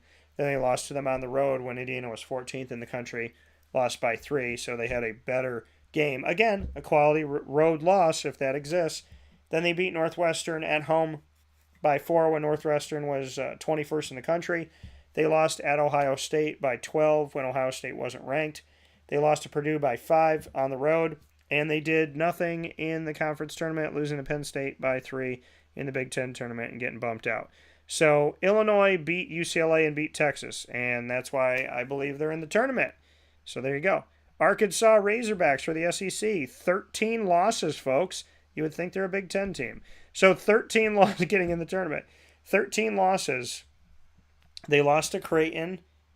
That's one of them. They lost to Creighton. That was their first loss of the season, actually, after a 4-0 start against North Dakota State, Fordham, South Dakota State, and Louisville, all of them unranked. They beat Creighton by 3 at home when Creighton was 10th in the country. They beat San Diego State, who was 17th in the country, at home, 78-74. Then they lost to LSU, who wasn't ranked, 60-57 on the road. They beat Missouri at home, 74-68, when Missouri was 20th in the country. They lost at Auburn, who was 22nd in the country, 72-59. Lost to Alabama at home, 84-69, when Alabama was 4th. Another reason why you can argue Vanderbilt should have got in, they lost to Vanderbilt on the road, who wasn't ranked, and Vanderbilt beat them by 13 in the game. They lost at Missouri after defeating them. They lost at Missouri when Missouri wasn't ranked anymore, lost to them by 3. They lost to Baylor on the road, who was 17th in the country, 67-64. They lost to Mississippi State at home by 6, who wasn't ranked. They lost at Texas A&M when Texas A&M wasn't ranked, 62-56. They lost when they faced Alabama again on the road by 3, who was 2nd in the country at the time. They lost at Tennessee, who was 12th in the country at the time, 75-57. They lost to Kentucky toward the end of the season here. They lost to Kentucky 88-79 in their final regular season game when Kentucky was ranked 23rd in the country. They beat Auburn by 3, who wasn't ranked, and that was in the SEC tournament. And then they lost to Texas A&M, and Texas A&M was ranked 67-61. So they lost to Texas A&M their last 2 times. They beat them at home the first time by 11, and then lost to them on the road and on neutral ground. So again, here's the SEC now getting this unfair advantage. Justin said, value of Bill Self being out taken into account. I think it was. Syracuse 19 and 13, 8th seed, I think, and went to the Final Four. Great year. So, yeah, man, I mean, that's the thing. These 13 seeds, you can argue them out. And like I said before, if they get in and they're your favorite team, of course it's great. Of course it is. You know, like I said, my hometown gets in, I'm feeling good. But your hometown gets in at 19 and 13. You look at some of those other teams. You look at Clemson, right? You look at Rutgers. You look at Vanderbilt. There's some teams that were kicked out of this thing, I think, pretty unfairly. So, especially with the teams that got in that didn't have great win-loss records, and they lost head-to-head to Rutgers, head-to-head to Clemson, head-to-head to Vanderbilt. So, a little bit ridiculous here. Let's go to St. Mary's and VCU. This is going to be a tough game. You could flip-flop these 5 and 12, 12 and 5, St. Mary's the 12, VCU the 12, whatever it may be. St. Mary's is the 5, VCU is the 12 in this one. St. Mary's, you know, this is St. Mary's and Gonzaga, you know, respect just years and years. Think about how many decades it took for St. Mary's and Gonzaga to get any type of respect. And now they have it. to the point where if they both have pretty good seasons and they're both at the end facing off against each other, 20 plus wins, they're going to be ranked in the nation's top 25. They're going to play up against each other. Somebody's going to win, and they're both going to get in the NCAA tournament. But that took a million years to do. I'm happy it's here. But, the West Coast Conference, the Mountain West, maybe the American, arguably, this year with the respect that was given to Houston. Yet, you could make a case for Tulane and whatnot. And there was a time where maybe you could make a case for Wichita State. So there are conferences that are getting some love. The West Coast Conference finally getting some over these years here. VCU, the Rams, excited about this. I got a VCU Rams hat because I was a big Shaka Smart fan when he was there. That's how I became a fan of Shaka Smart. And, enjoy watching him coach. And obviously he was in Texas. Now he's at Marquette. Big fan of Shaka Smart. We have the opportunity to cross paths again. I hope we do. We actually bumped into each other a few years ago in the airport when he was still at VCU. VCU won the A-10. The A-10 is a gamut to win. It is a gamut, folks. So congratulations to them winning that. Now, speaking of VCU, they lost to Arizona State at home by 4. Arizona State was unranked.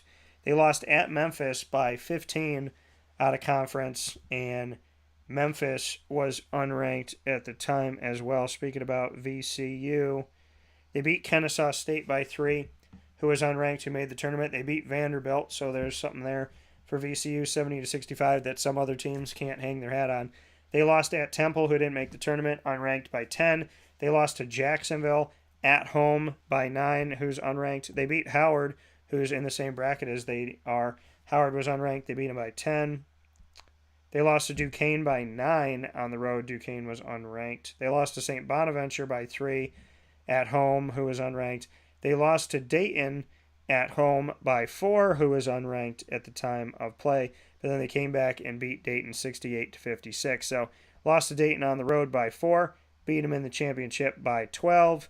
And here we go with the VCU Rams getting the 12 seed, which I like because it means that somebody else had to take that 13, 14, 15, 16 seeds, right? So good to see VCU getting here on a line in that 5-12, which is such a dangerous game. St. Mary's, a tough team as well. They beat Oral Roberts, who made it to the tournament. Beat them at home 78-70 to start off the season. They were unranked at the time. They did play Houston. Speaking of St. Mary's, they did face off against Houston. They lost 53-48 in Houston. Houston was number 1 in the country at the time. They beat 22nd ranked San Diego State at home. St. Mary's did 68-61. They lost by 2 to an unranked Colorado State at home. Then they went on to just win a crazy amount of games. So you look at their winning streak. They had a 12-game winning streak. 12-game winning streak. And won 14 of 15. And if you want to go even farther than that, they won 14 of 15. They won 15 of 17 down the stretch before they lost to Gonzaga in the championship, 77-51. They lost to Gonzaga twice at Gonzaga when Gonzaga was 12th of the country, 77-68, and lost in the WCC championship, the West Coast Conference championship. They lost by 26 in that game, 77-51. They did defeat Gonzaga at home. St. Mary's did 78-70. So, getting that against Gonzaga, that was a good thing, right? But you got to command it all the way through. Gonzaga is one of those teams that has the name that they're going to get the respect year in and year out. So that unfair advantage of having the name, well, it's finally happened to a team that is not inside of the Big Ten or the Big 12 or the SEC. So is it always fair? No. But to see the West Coast Conference get a team that's going to get into the tournament most times with their namesake being really, valued and important with Gonzaga, that's great. It's absolutely great for the West Coast Conference. It's not fair, but it's not the Big Ten, not the Big 12. You know what I mean? It's like, and not that Gonzaga is going to lose 13 games in a season, because then they probably wouldn't get in. they would have to do a lot of things out of conference and whatnot. And they'd probably have to win their conference tournament. But Gonzaga has worked to a place where they get that respect, and some of the respect that they have and where they're at, you know, getting their seeds and getting put in certain places. Like they got a 3 seed this year, so they get a little bit of that extra push in the right direction by the selection committee, which is usually the unfair advantage that we see inside of the Autonomy 5 group. But we're seeing it with Gonzaga. So like I said, it's not fair necessarily that Gonzaga in a year like this is a 3 seed, but it shows that conferences outside of the SEC and the Big 10 and the Big 12 and the Big East are getting some more of an extra advantage. So as much as it's not fair across the board, it's creating some fairness that in the unfairness of the selection committee, they're being unfair about Gonzaga and about the Big 10. So, you know what I mean? It's like Gonzaga doesn't have to be in the Big 10 or the Big 12 to get themselves a good seed. And it, like I said, it took a million years to get there. I'm not saying I don't respect Gonzaga historically. I do. I think you have to pick a team year by year, right? You have to pick a team year by year by what they do in that year. What I'm saying is how Notre Dame in football is always going to get a high ranking because of their history. Well, Gonzaga, because of their history now, gets better rankings. It gets put in better places. If you start high, then you have an opportunity. If you start high in the minds of the media and the minds of the coaches, if you start high in the mind of the NCAA selection committee, if you start at the top, you got a long way to fall. If you start at the bottom, you got a tough road to hoe. But if you make a couple mistakes, you started at the top, you might dip down to 15 or 17, but you're still there. If you start at 78 or 182 or 253, it's going to be really hard to crack that unless you win your conference tournament. That's what I'm saying. Gonzaga starts high now because of their history. North Carolina started high because of their history. You know, so that history is going to help you out. I think that John Shire and what he's done with Duke to end the season has been great, but Duke's always going to get that Coach K extra bonus factor, even when Coach K isn't coaching the team anymore, because of the history of Duke.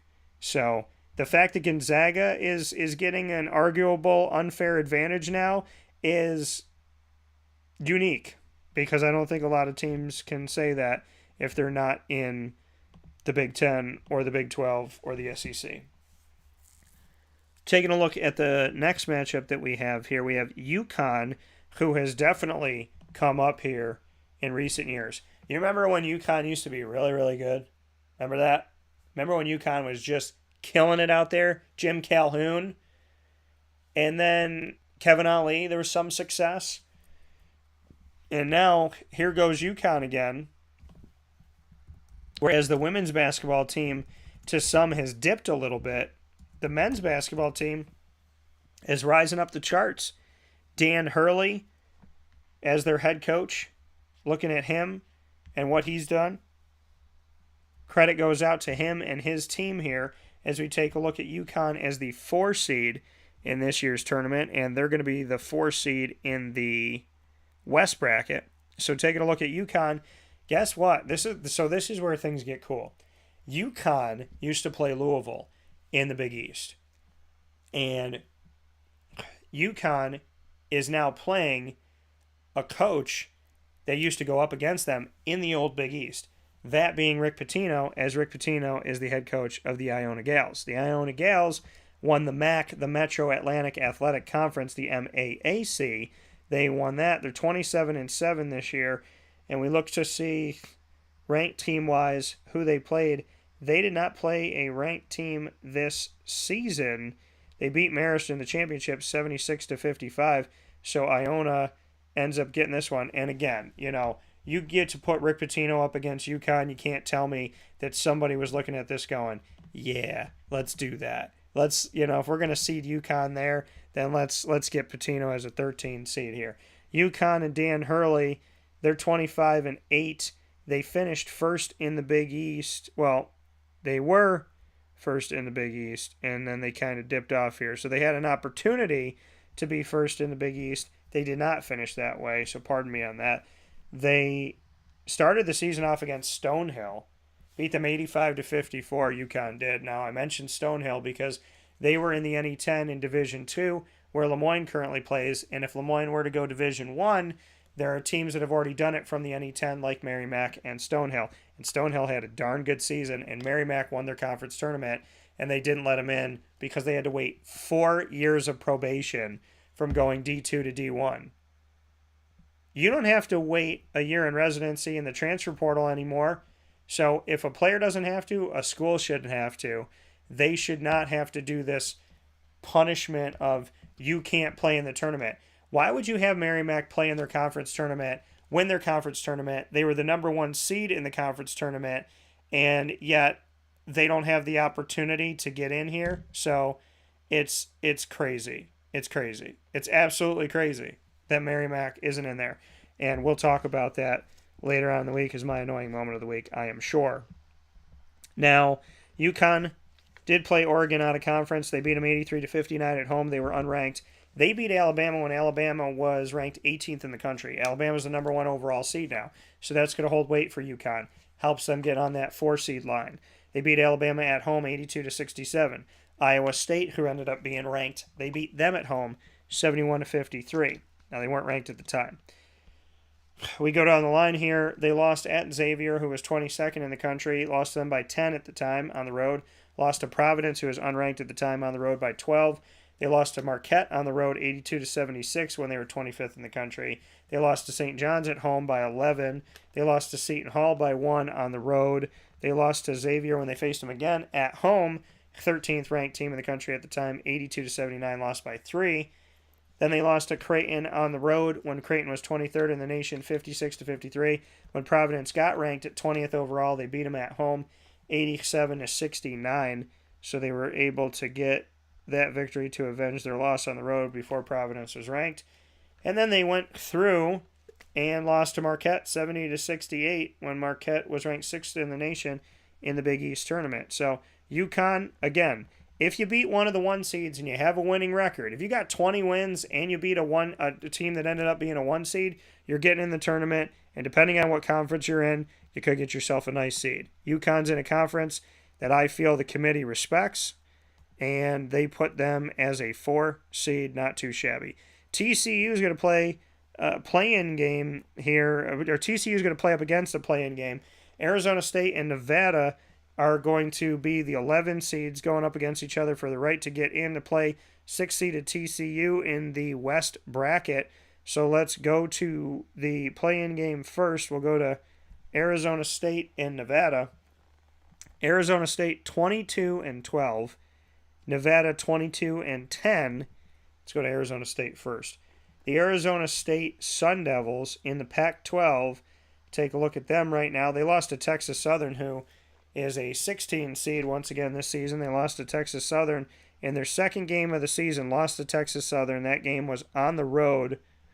So Arizona State, who's playing in a play-in game, lost to 16-seeded Texas Southern by 1 on the road, who wasn't ranked. Pardon me, it was their 3rd game of the season. They beat Michigan when Michigan was ranked 20th in the country. That game was at home. They beat them by 25. Then they would lose on the road at San Francisco, who wasn't ranked. San Francisco plays in the WCC with St. Mary's and Gonzaga. They lost to them by 27 on the road. Arizona State did. Then Arizona lost at home to number 5, ranked Arizona by 9. They lost to UCLA at home, who was ranked 5th in the country, by 8. They lost to an unranked USC by 8 at home as well. In this 4-game losing streak, they would lose at Washington and at Washington State, who were both unranked at the time. Washington by 3, and they lost against Washington State by 17. Then they would beat Oregon State, who was unranked, at home. Then they would lose to Oregon at home, who was unranked, 75-70. So they lost 5 of 6 games in a row, and all of them were to unranked teams except for UCLA. They lost to unranked Colorado at home, 67-59. They beat Arizona on the road. There's their quality road win against a top 25 ranked team. Those quality road losses hold weight, so those quality road wins hold more weight. They beat Arizona on the road 89-88 to win by a point there when Arizona was 7th in the country. They lost to UCLA again when they faced them on the road. They lost to them by 18, 79-61, when UCLA was fourth in the nation. They lost to USC again, this time on the road by 3. Then they lost to Arizona 78-59 in the Pac-12 tournament, and Arizona was 8th at the time. They did beat USC when they played them for a third time, and they beat Oregon State when they played them for a third time. So they beat Oregon State 3 times, but Oregon State wasn't ranked. So can I argue that there's no reason to have the Arizona State Sun Devils in the tournament? Yes, I can. And based on the information I gave you, I think you can too. The Nevada Wolfpack, they made a run in recent history. They faced off and won against Grand Canyon out of conference. I mentioned that because Grand Canyon made the tournament for their second time in 3 years. Shout out to them for that. 59-46, they beat Grand Canyon. Nevada did. That was unranked. They beat Tulane. So this could be an argument why they're in and Tulane's not, speaking of Nevada. They beat Tulane in non-conference at home, 75-66. Tulane was unranked. Kansas State was not ranked when they lost to them at home, 96-87. They also lost to Loyola Marymount. Loyola Marymount was not ranked at the time. They lost to Loyola Marymount on the road, 64-52. They lost to an unranked Oregon on the road, 78-65. They beat San Diego State, they lost to San Diego State on the road, 74-65. When San Diego State was 23rd in the country. They lost on the road to an unranked Boise State by 15. They beat a ranked New Mexico, who was 25th of the country, 97-94 at home. They lost to an unranked UNLV by 6 on the road. They beat San Diego State. They beat San Diego State when they were ranked 22nd in the country. So lost them when they were 23rd on the road. Beat them at home when San Diego State was 22nd. Beat them by 9. Then they lost on the road at Utah State, 75-66, when Utah State wasn't ranked. And they ended their season with 3 losses. At Wyoming, UNLV, San Jose State. None of those teams were ranked. So Nevada, they did some good things at moments. You beat San Diego State, who ended up winning the conference tournament in the Mountain West. But also a little bit of question mark here while you put in Nevada over Vanderbilt, Nevada over Clemson, Nevada over Rutgers. A little bit of a head scratcher on this one as well. The winner of this game, of this 11 seed in the West play-in game, is, as I said, going to be playing TC motherfreaking U. And for those of you that know Jamie Dixon, which why wouldn't you know Jamie Dixon? Jamie Dixon here is still coaching.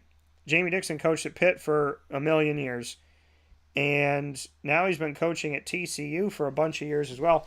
Believe it or not, he's been at TCU for 7 seasons now, which is pretty incredible, and he has a record of 138 wins and 96 losses at TCU. It's a 59% winning percentage.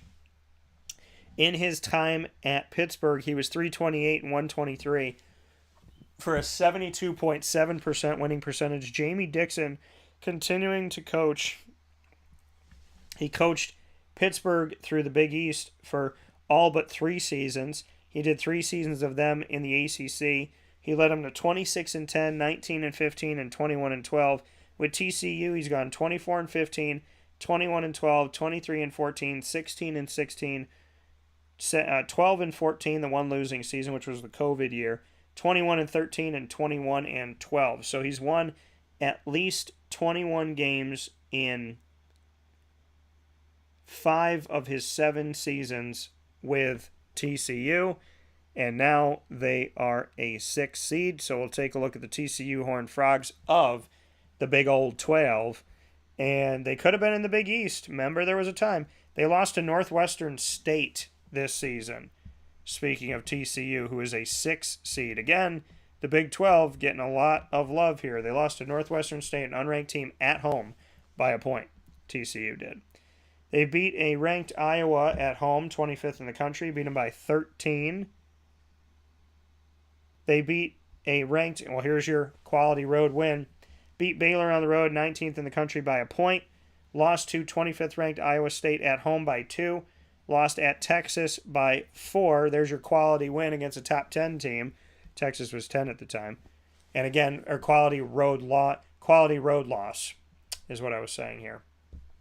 So I don't believe in those necessarily as weight. The quality road loss, I think, is a ridiculous statistic, but I've mentioned it a million times on today's broadcast following the selection process because I feel like the committee used it. Because if they didn't use it, then it would be a weird coincidence that's happened about 75 times on the show already. So there's that. They beat Kansas State, who was 11th in the country at the time, at home, 82-68. They lost to an unranked West Virginia on the road by 9. They beat Kansas. Here you go. Beat Kansas on the road. Kansas was second in the country. They're a number 1 seed in the tournament. They beat them by 23. So there you go. They lost to an unranked Mississippi State on the road, 81-74. Lost to an unranked Oklahoma State, who's not in the tournament, 79-73. On the road, unranked. Lost when they played Kansas State again. Lost to them by 21 points, 82-61. 12th ranked Kansas State on the road. Lost to Baylor, 14th ranked. Baylor at home by 4. Lost to 19th ranked Iowa State on the road by 11. Beat Oklahoma State when they saw them again at home. Lost to Kansas at home 63-58 after beating them on the road. Kansas was 3rd in the country at the time. Lost at Oklahoma, who wasn't ranked, by 14. Beat a 12th ranked Kansas State 80-67. Lost to Texas 66-60 in the Big 12 tournament, who was ranked 7th in the nation at the time. So TCU's got a ton of losses against the top 25. They got some wins, and they got, like I said, do they have 20-plus wins? Yes. Did they beat a team that ended up becoming a 1 seed in this year's tournament? Yes. So are they in? Yes. And did they get a pretty good seed because the committee likes the Big 12, in my opinion? Yes. TCU. That is not to take away from Jamie Dixon. It is not to take away from the work that they did. I am just helping you to follow the bouncing ball. You got TCU with a ton of losses against the top 25. You got losses in a row against the top 25. But they beat Kansas. They beat them on the road. Even though they lost to them when they saw them again, they beat Kansas on the road. They beat them handily. Kansas was 2 in the country. Kansas went on to get a number 1 seed in the tournament. TCU has 20-plus wins. 20-plus wins, beat a number 1 seed in the tournament. That's going to put you in. And be in a conference that the tournament committee respects. That's going to help you out too. Gonzaga got the 3 seed here. They're going to play 14 seed at Grand Canyon, who I just mentioned here. Grand Canyon going back to the tournament for their 2nd time in 3 years.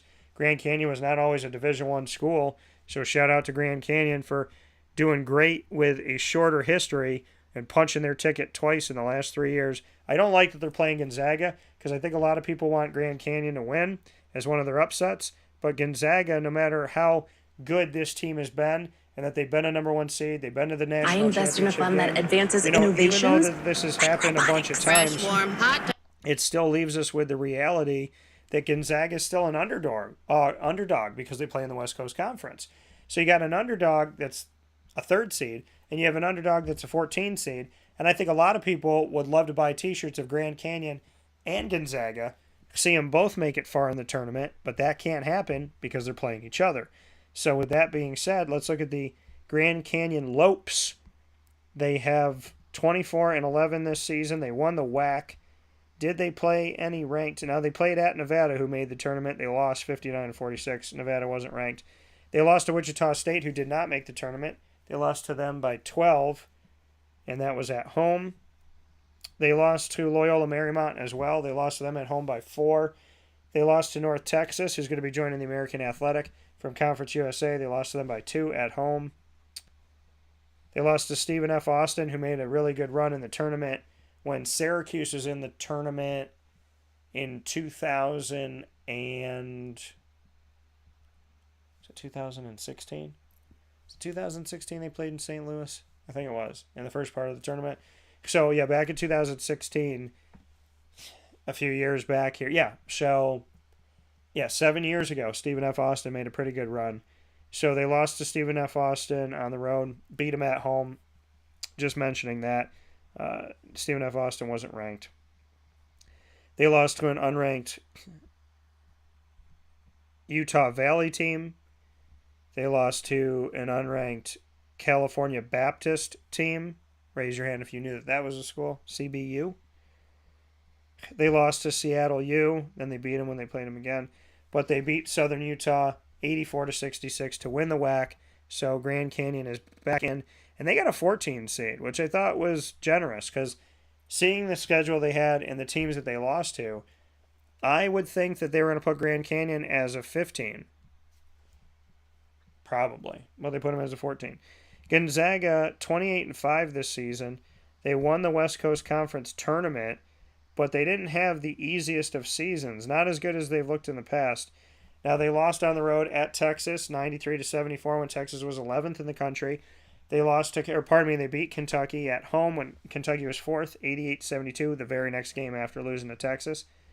They lost to Purdue at home, 84-66, when Purdue was 24th. They defeated Xavier at home, 88-84, when Xavier was unranked. They lost to Baylor at home, 64-63, when Baylor was 6th in the country.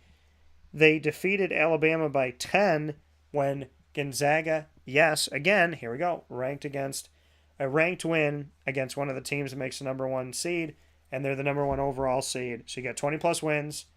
You got Gonzaga's history of their name, which typically doesn't work for people that are outside of the Autonomy 5 group of the Pac-12, Big 12, Big 10, SEC, and ACC, but Gonzaga's put in a lot of work over the last couple decades, so they get that namesake recognition.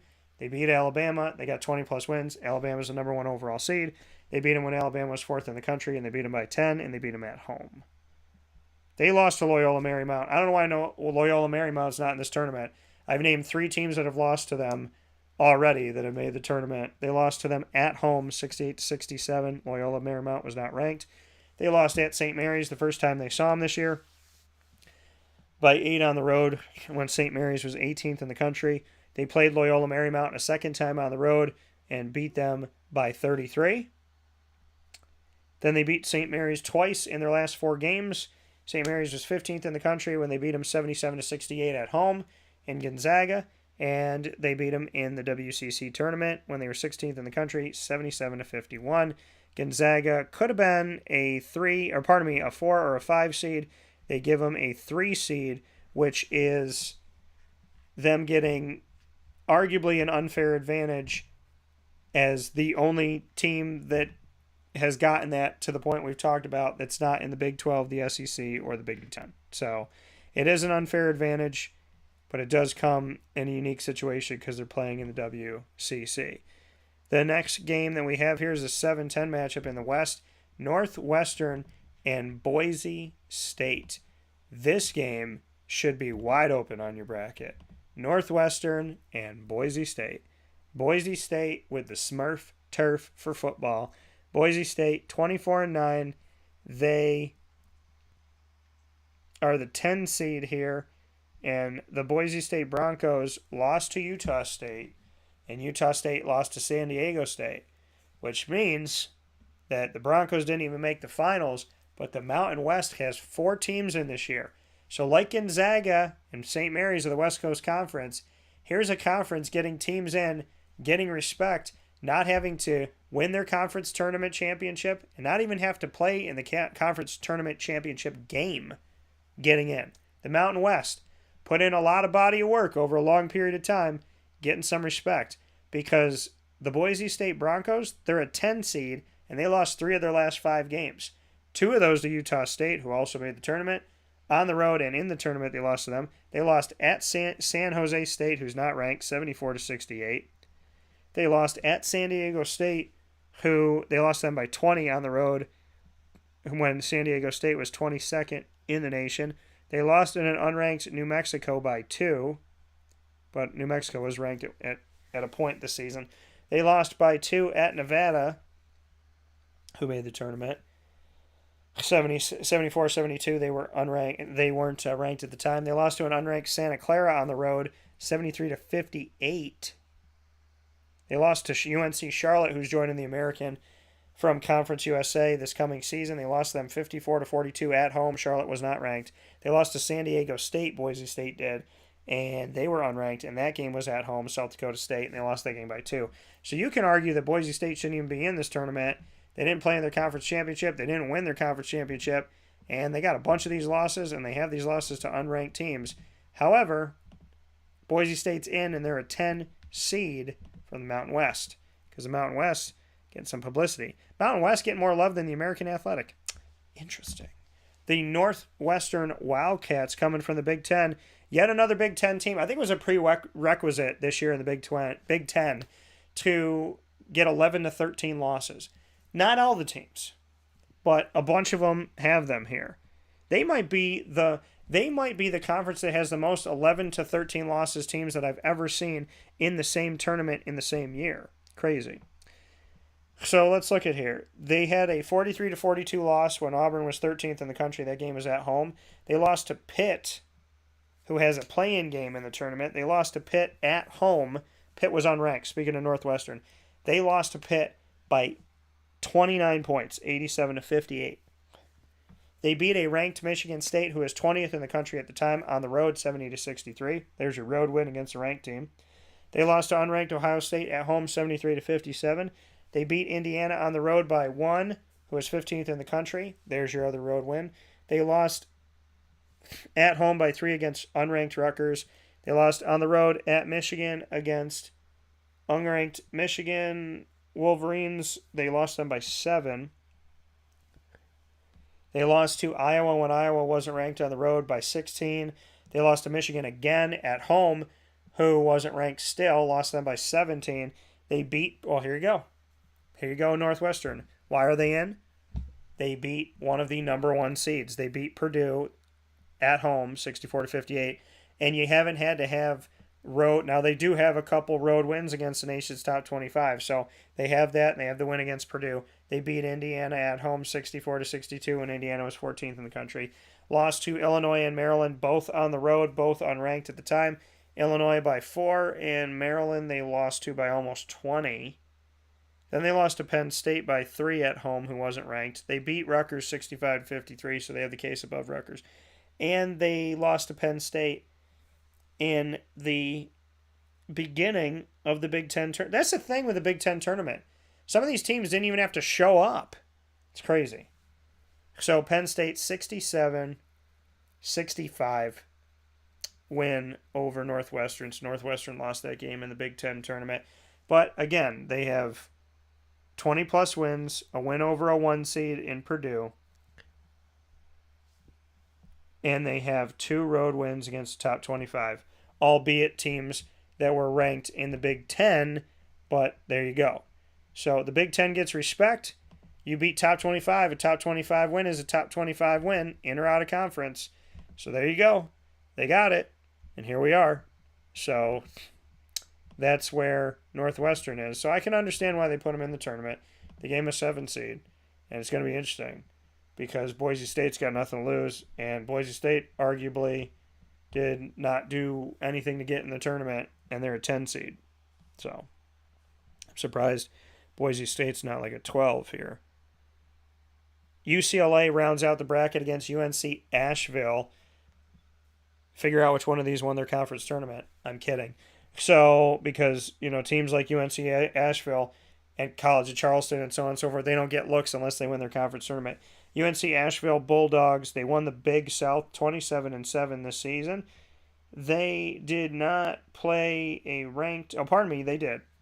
They played at Arkansas, who was 10th in the country at the time. They lost by 34. If they were a Big Ten team, that would be considered a quality loss. I'm kidding. I'm not kidding. So, but yeah, so you look at the end of this road for UNC Asheville. They finished off their season by winning 9 games in a row. They went on a 9-game winning streak, beating the Camels, one of my favorite names in college athletics, 77-73 to win the Big South. So shout out to UNC Asheville for doing that, which would put them up against the number 2 seed, and that is the UCLA Bruins, who are 29-5 this season. Pac-12 didn't have a ton of teams in the tournament, but UCLA has gotten respect throughout the year. They lost to Illinois at home 79-70 when Illinois was 19th in the country. They lost to Baylor at home when Baylor was 5th in the country, 80-75. They defeated a ranked Maryland at the time on the road by 27, 87-60 when Maryland was 20th in the country. They defeated 13th ranked Kentucky at home 63-53. They would lose at 11th ranked Arizona 58-52. Then they would lose right after at an unranked USC 77-64. Then they would go on to win a ton of games in a row until they lost to Arizona 61-59 in the championship game of the Pac-12. So after losing back-to-back games at Arizona and at USC, they won 12 games in a row before losing the Pac-12 championship. Now, they beat Arizona. They did lose Arizona by 2 in the Pac-12 championship, but they beat them 82-73 at home when they were 8th in the nation. They just lost to them when they were 8th in the nation, and they lost to them when they were 11th in the nation on the road. So you say, okay, well, they beat Arizona 1 out of 3 times. Okay. And it wasn't on the road or away from home. They beat Kentucky in non-conference. They beat Maryland on the road in non-conference, 2 top 25 wins. And then they played Illinois and Baylor, but they lost them both. So does that warrant UCLA being a 2 seed? No. No. But here they are. And the Pac-12 didn't get a ton of respect, but UCLA got respect for getting into this tournament. We are here breaking down the entire field of 68 here on Wake Up Call with Dan Tortora in a bonus broadcast. I am doing the entire bracket with you. We started in the South. The South is right here. I do it all backwards here. We started in the South with the number 1 overall seed, Alabama. We went to the Midwest with the number 2 1 seed, which is Houston. Then we came here to the West bracket where we could talk about Kansas, who is the 3rd number 1 seed, and the final number 1 seed ranked 4th in the field of 68 by the NCAA Selection Committee, which gave them the last number 1 seed. We are here in the East with Purdue, the Boilermakers of the Big Old Tan. They're going to play Texas Southern going up against FDU. Now, FDU should be on this line because Merrimack won the conference tournament and wasn't allowed to go in because you have to serve a 4-year, apparently, you have to serve a 4-year hiatus from advancing to the NCAA tournament because they went from D2 to D1. Why would you even let them play in your tournament? It doesn't make any sense. It makes no sense whatsoever. So, Purdue, the number 1 seed, is going to play the winner of the 16 seeds.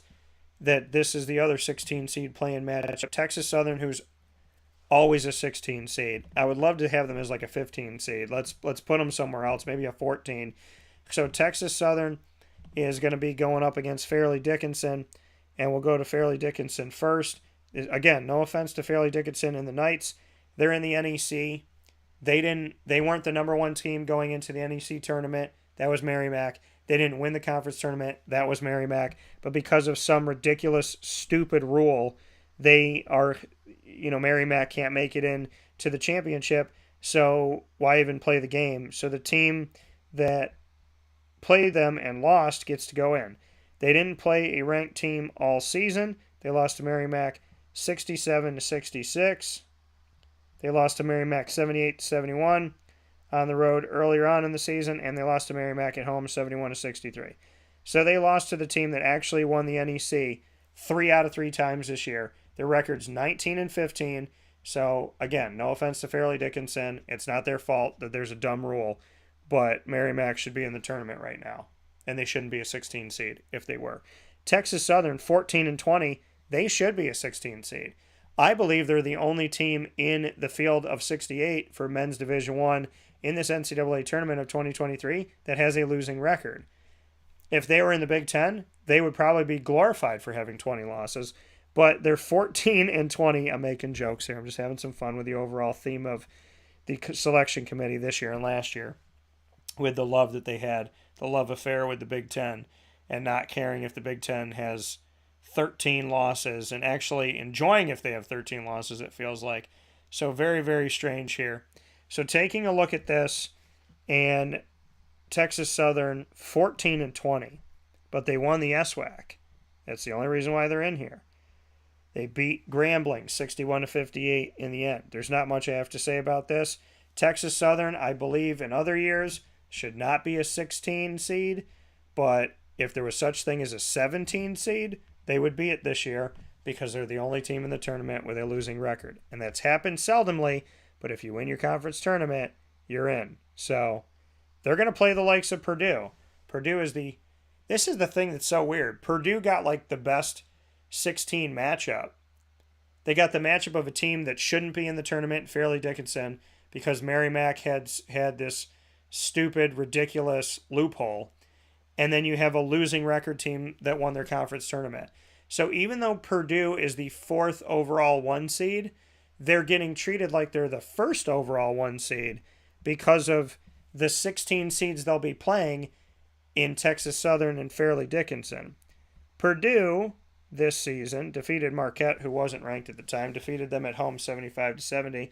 They defeated a 6th-ranked Gonzaga at home 84-66.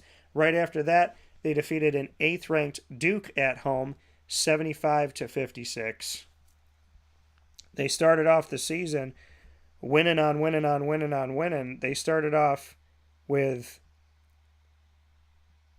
I believe, 13 straight wins.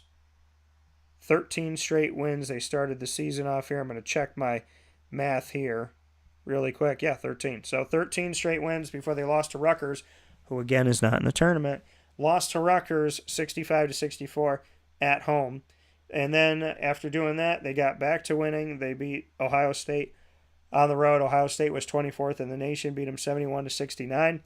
They went on from there to win another bunch of games in a row. They won 9 games in a row. So they started off 13-0, lost to Rutgers at home, then won 9 in a row. And it was only against one ranked team at Ohio State. Then they lost to ranked Indiana on the road. Here's your quality road loss that the committee seems to have as a criteria, positive thing. 79-74 at 21, Indiana, they lost. Then they lost 3 out of 4 games, losing at an unranked Northwestern by 6, at an unranked Maryland by 14, and then they beat Ohio State, who was unranked, 82-55 at home. Then they lost to Indiana again for the second time this season, ranked 17th in the country. They lost to them by 8, 79-71, allowing Indiana 79 points both times. But they finished the season, Purdue did, by winning 5 games in a row. So, a season of runs, 13-0, lose a game, 9 in a row, then lose 3 of 4, which looked really ugly. They lose 3 of 4 and essentially lose 4 of 6. And all of them against unranked teams, those losses, except for Indiana, who they lost to both times, and Indiana was ranked in the top 25. Then they finished off the season beating an unranked Wisconsin on the road, an unranked Illinois at home, an unranked Rutgers at home, so they avenged that 70-65. And then, not at home. So they beat Rutgers and then they beat Ohio State and then beat Penn State, and then there you go. So that was that, and that's how they did it. The win against Rutgers was not at home. It was in the Big Ten quarterfinal.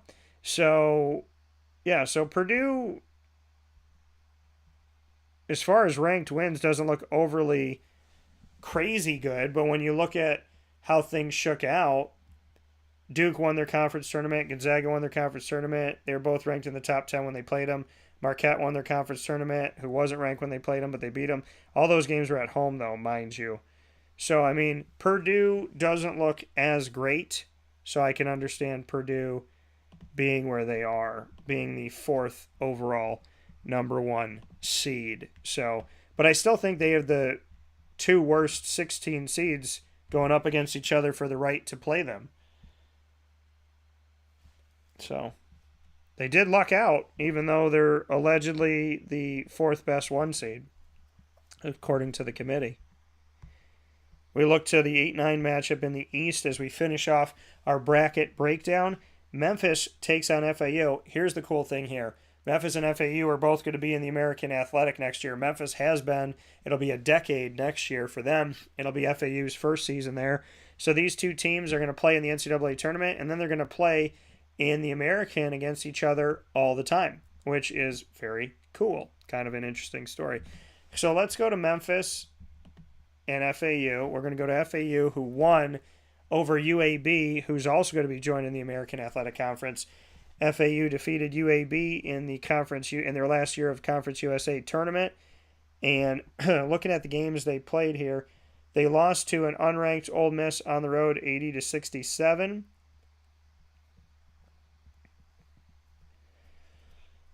And they did not play a ranked team all season. They lost to UAB when they played UAB earlier in the year, 86-77 on the road, but then they beat them in the championship 78-56. So I can understand FAU not having a great seed and having to potentially play the number one seed. Let's get into Memphis now. Because normally when you beat, as I've said earlier in the show, themes come back around, right? When you beat a number one seed and you have 20 plus wins, you beat a team that gets you. When you beat a team during the season that ends up being a number one seed according to the committee, and you have 20 or more wins, you're going to get in the tournament. Well, Memphis. Let's go back and look at Memphis. Now they lost to unranked St. Louis on the road by 6. They lost to unranked Seton Hall at home by 1. They played Alabama. Here's their quality loss, though. Their quality road loss. They lost to number 4 ranked Alabama on the road, 91-88, only by 3. Memphis did. The game before, they beat 11th ranked Auburn, non-conference SEC, by 9 at home. They lost at Tulane, 96-89. Tulane had a case to try and get into the tournament. Tulane was unranked at the time. Then they lost to Tulane again, 90-89 at home. So they lost to Tulane, scoring 89 points both times, but allowing 90 or more, losing those 2 games. So that'll hit you when the committee didn't recognize Tulane as a quality team this year. And then they lost at Houston, 72-64. They lost at home against Houston, 67-65 in a buzzer beater. Houston was ranked 2 in the country on the road in that loss, and they were ranked 1 when they came into Memphis. They just beat them when they were ranked 1 in the nation. Again, they beat them by 10, 75-65, avenging that and beating a number 1 seed and the number 1 ranked team in the nation at the time. Memphis deserves better than an 8 seed, in my opinion, especially with looking at the season that FAU had on paper as a 9 seed. I know that there's some losses here by Memphis to St. Louis and Seton Hall, but there's also a hard-fought game against Alabama, who's a 1 seed, losing them by 3 on the road, and that quality road loss that other teams seem to be getting an advantage because of. And then you have losing at the buzzer to Houston and then avenging that and beating Houston. I think that Memphis deserves to be better than in a situation to play the number 1 seed in their part of the bracket, which is the East bracket, if they are to win in the next round. So I think Memphis definitely, especially with some of these 7-10s and 5-12s, I think Memphis deserved a 7 or a 5 or a 6, not an 8, but that's where they are. The next one that we have up here is Duke. The Blue Devils, they got a tough game in their first game of this tournament. I'm not going to count out Duke because John Shire's gotten Duke playing like Duke, right? You look at the name on the front of that jersey, and it doesn't matter if it's Coach K or John Shire. This team has come to play, but they got to play up against a team that's done some good things and had some fun moments in history in the tournament against Oral Roberts. Oral Roberts, a 12-seeded Oral Roberts, who won the Summit League. I want to go back in history here because Oral Roberts is a name that you're like, Dan, why do I remember that name? I'll tell you why you remember that name. You remember the name Oral Roberts because Oral Roberts had themselves a season here in recent history. Now, Oral Roberts, as we take a look at their history here, let's go back to Oral Roberts putting themselves in a situation here in 2020, 2021, they had themselves a nice season here. In 2021 season, they beat second seeded Ohio State in the South Region first round as a 15 seed. They beat them 75-72 in overtime. Then they beat 7th seeded Florida of the SEC 81-78 to advance to the Sweet 16, where they only lost by 2 to 3rd seeded Arkansas of the SEC. So if you're like, Dan, Oral Roberts sounds familiar and not just like a toothbrush company, I would say, yes, folks, it does, because they're pretty dang good. And Oral Roberts this year, shout out to them for winning the Summit, and now they got to play Duke. So I'm not saying Duke ain't hot right now, but it's really hard to win 30 games in a season, let alone 30 games before the NCAA tournament. And if you've heard me repeat myself on this broadcast, it's because there are a lot of things worth repeating. One of them being it's really hard to win 30 games in a season. Oral Roberts started off the season at St. Mary's, who ended up being the top seed in the West Coast Conference tournament and defeated Gonzaga earlier on in the season. They lost to them 78-70 on the road. That could be considered a quality loss, even though Oral Roberts played a St. Mary's team that wasn't ranked at the time. Keep looking at their schedule here. They played up against Houston, lost 83-45 on the road when Houston was 3rd in the nation. So that's something to hit. Utah State, they lost to them by 10 on the road when Utah State was not ranked. Utah State making it to the NCAA tournament as the second team after losing to San Diego State in the Mountain West championship game. Then we go down the line here, and they lost to New Mexico, who was ranked at some point this season, not in this game, 82-75 on the road. And they ended the season, Oral Roberts, folks. Talk to me about this again. Oral Roberts is insane, okay, when you look at what they've done these last couple of years. They won 10 games in a row this season after losing at Utah State in the game I just mentioned. They won 10 in a row after that. Incredible. And after losing at New Mexico, 82-75, they won their last 17 games, en route to winning the Summit League championship in the tournament. So they had a 10-game winning streak, then a loss, then a 17-game winning streak.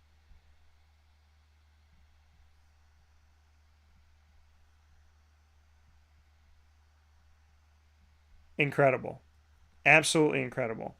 10-game winning streak, 17-game winning streak. Put those together, they've won 27 of their last 28 games. Tell me that that's not a team of destiny when you look back to the past of some of this stuff. Could be fun.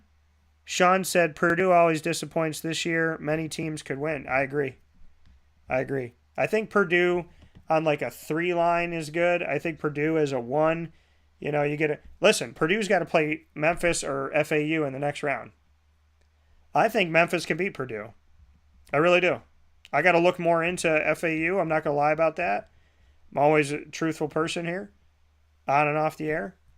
But I'll tell you right now, Memphis, Penny Hardaway's team, I don't think Purdue wants to see any of that. The Duke Blue Devils, 26-8, just won the ACC tournament. I was just there last night in Greensboro Coliseum. They played Kansas at home when Kansas was 6th in the nation, lost 69-64 earlier on this season. They played Purdue at home. Purdue was ranked 24th in the nation, and they lost to Purdue by 19 when Purdue was 24th in the nation. So Duke's first 2 losses of the season were against teams that are now 1 seeds in the tournament, but they didn't beat either one of them. They beat a 25th ranked Ohio State at home by 9. They lost to unranked Wake Forest by 11 on the road, 81-70. In their 3rd loss of the season. Their 4th loss of the season was to the unranked NC State by 24. Their 5th loss of the season was to a team that didn't make the tournament. Again, why the hell did this team not make the tournament? At Clemson, they lost to Clemson 72-64 when Clemson was unranked. Then they lost to an unranked Virginia Tech 78-75 after beating a ranked Miami 68-66, 17th in the country, Miami at the time, and Duke was at home for that game. They avenged their loss against Wake Forest, won by 2 at home. They lost at Miami when they faced them again, 81-59, got blown out by a 19th ranked Miami. Then they lost by 7 on the road to Virginia, who was ranked 8th at the time. And since then, they've gone on to win 9 in a row. Of the 9 that they've won in a row, 2 of them were against ranked teams, and it was the last 2 games. Semifinals of the ACC tournament against Miami, 14th ranked in the country, beat them by 7. And then beat 13th ranked team in the country, Virginia, in the ACC tournament championship to win their 22nd overall ACC tournament title in history, and they beat them 59-49. So Duke's playing their best basketball right now. And Duke has played against good teams. But Duke has also lost to a bunch of unranked teams in a conference that wasn't respected in the ACC. So you lost to Wake Forest, who didn't make the tournament. You lost to NC State, who made it, and you lost to Clemson, who didn't make it. And you lost to Virginia Tech, who didn't make it.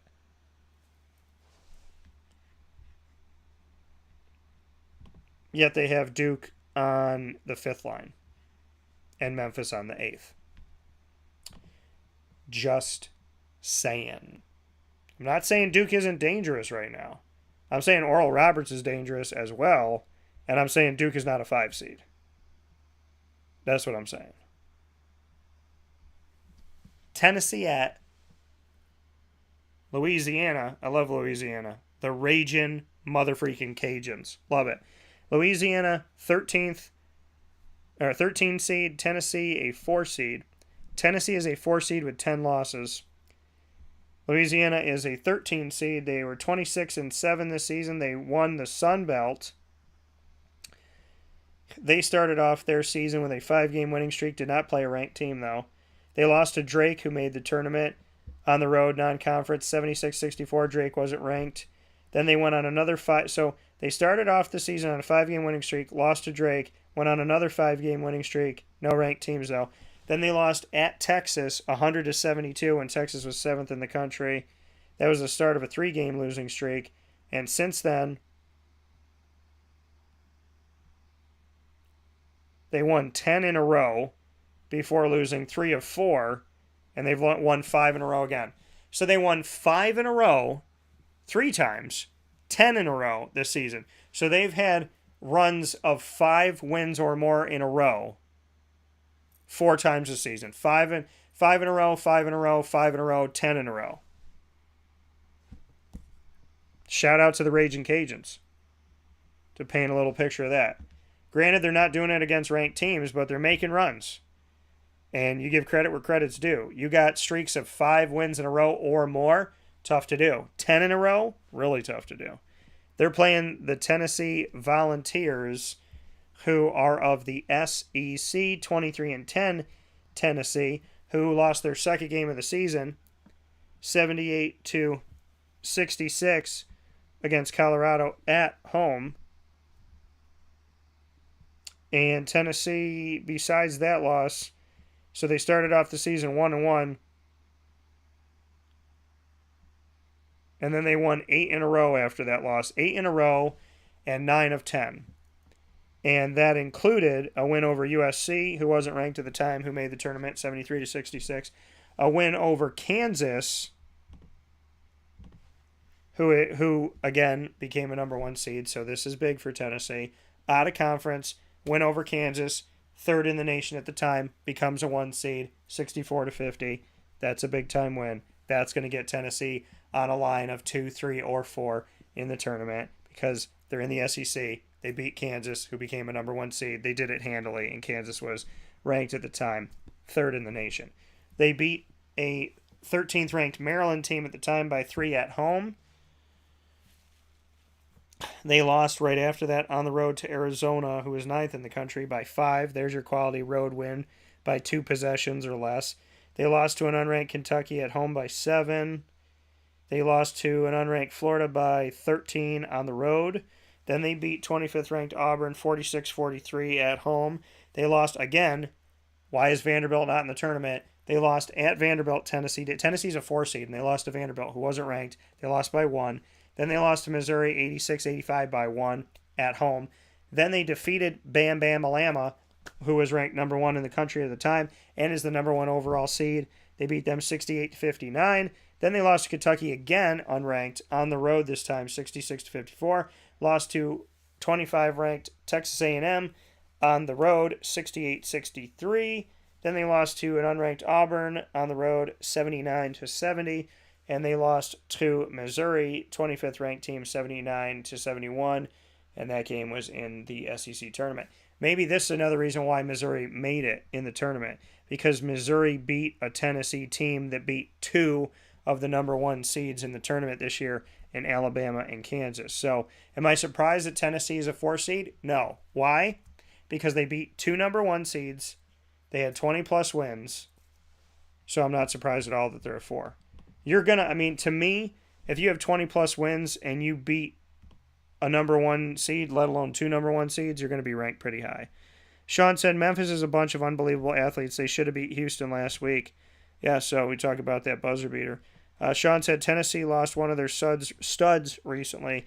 They would be a huge problem to many teams in the tournament if they didn't lose that guy. So, but I think Tennessee is still a threat, and we'll see. They're a 4 seed now.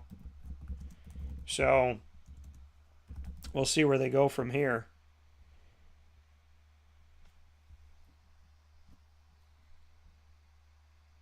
We shall see where things go from here. But, I'm excited to Tennessee, like I said, you beat 2 number 1 teams, you're going to be in a place here. Now, they don't have Zakai Ziegler as the player that they lost. So, that's a tough part of it. Now, Zakai Ziegler, for those of you that don't know him, we're going to take a look at Zakai Ziegler's statistics this season. So, for the Tennessee Volunteers, Zakai Ziegler, a guard from Long Island, New York, he's a sophomore guard on the team. His statistics here for the Tennessee Volunteers, he started half of the games he played in, 15 of the 30 games he played in. He averaged just shy of 30 minutes. He was a 37.5% field goal percentage maker, and his three-point was 31.1% on the season. He averaged 10.7 points a game, 5.4 assists per game, and 2.7 rebounds a game. He also had 2 steals a game and 2 fouls a game to 2.3 turnovers a game. So, yeah, losing your guard here, Zakai Ziegler, not good for the Tennessee Volunteers. So that's going to be very tough for them, and how they're going to be able to move forward. I understand why they're on that 4th line, but this is tough. He has a torn ACL. He's their starting point guard. Okay, he's your floor general. So losing him is putting them in a place that nobody wants to be in. God bless him on a speedy recovery. May he be well, stay well, and may his loved ones be well and stay well as well. So, good point brought up by Sean Smith. I appreciate you bringing it up, sir. Thank you for that. We're finishing off our bonus broadcast. We're into the wee hours. We're technically out of Sunday into Monday now, past midnight, as I do this bonus broadcast, a wake-up call. I'm going to be on the air with you in less than 9 hours of my normal scheduled time, but I'm here to break down the bracket so that you hit this. Like I said, we're breaking down the bracket so you can't say that you don't know at least one thing about every team, that you can't make an educated decision about every team, and that you have no excuse to not join the free wake-up call bracket challenge. Go to Yahoo Tourney Pick'em and type in wake-up call, and you will find us there. You can also use this direct link I'm going to send to you right now. So if you want to join us in the Yahoo Tourney Pick'em, which we would love for you to do that, I'm going to put it in the feed here so you can join us. So join our free bracket challenge. You could be anywhere in the world. We have made history as one of the top brackets on Yahoo in the entire world. We have made the top 15, if not higher, in the entire world. So join us in making history this year. We would love to have you. I would love to have you in our Yahoo Bracket Challenge. So would love to have you be a part of the Yahoo Bracket Challenge. And I'm gonna put it onto YouTube now too, so that you can all join this. So join our free bracket challenge. You can join it anywhere in the world by going to yahoo.com, or by typing in Yahoo Tourney Pick'em and finding us there on Yahoo, or by going to the link that I just sent you. So you can go to Yahoo Tourney Pick'em, search Wake Up Call anywhere in the world, and you could join our free bracket challenge, or you could follow the link I'm going to put up on social media. I just put it on our live feed on YouTube and on Facebook, which is youtube.com/wakeupcalldt and facebook.com/wakeupcalldt. So no excuses. Join our bracket challenge tonight while you're thinking about it. So with that being said, we're going to go to our next game, which is Kentucky and Providence. So Kentucky, another SEC team, as we were just talking about, the Tennessee Volunteers. And like I said, for Zakai Ziegler, many prayers and well wishes to everyone who needs them, including him and his family, to have a speedy, full, and complete recovery, that he will stay healthy completely and for good, and that he will be back better than ever, and that everything will go well with his career from here, and that he'll be a great inspiration to the team on the sidelines no matter what, and hopefully inspire them to continue to do well. Kentucky against Providence, this is an interesting matchup to me. Providence Friars from the Big East, an 11 seed, and Kentucky a 6 seed from the SEC. Both teams are 21-11.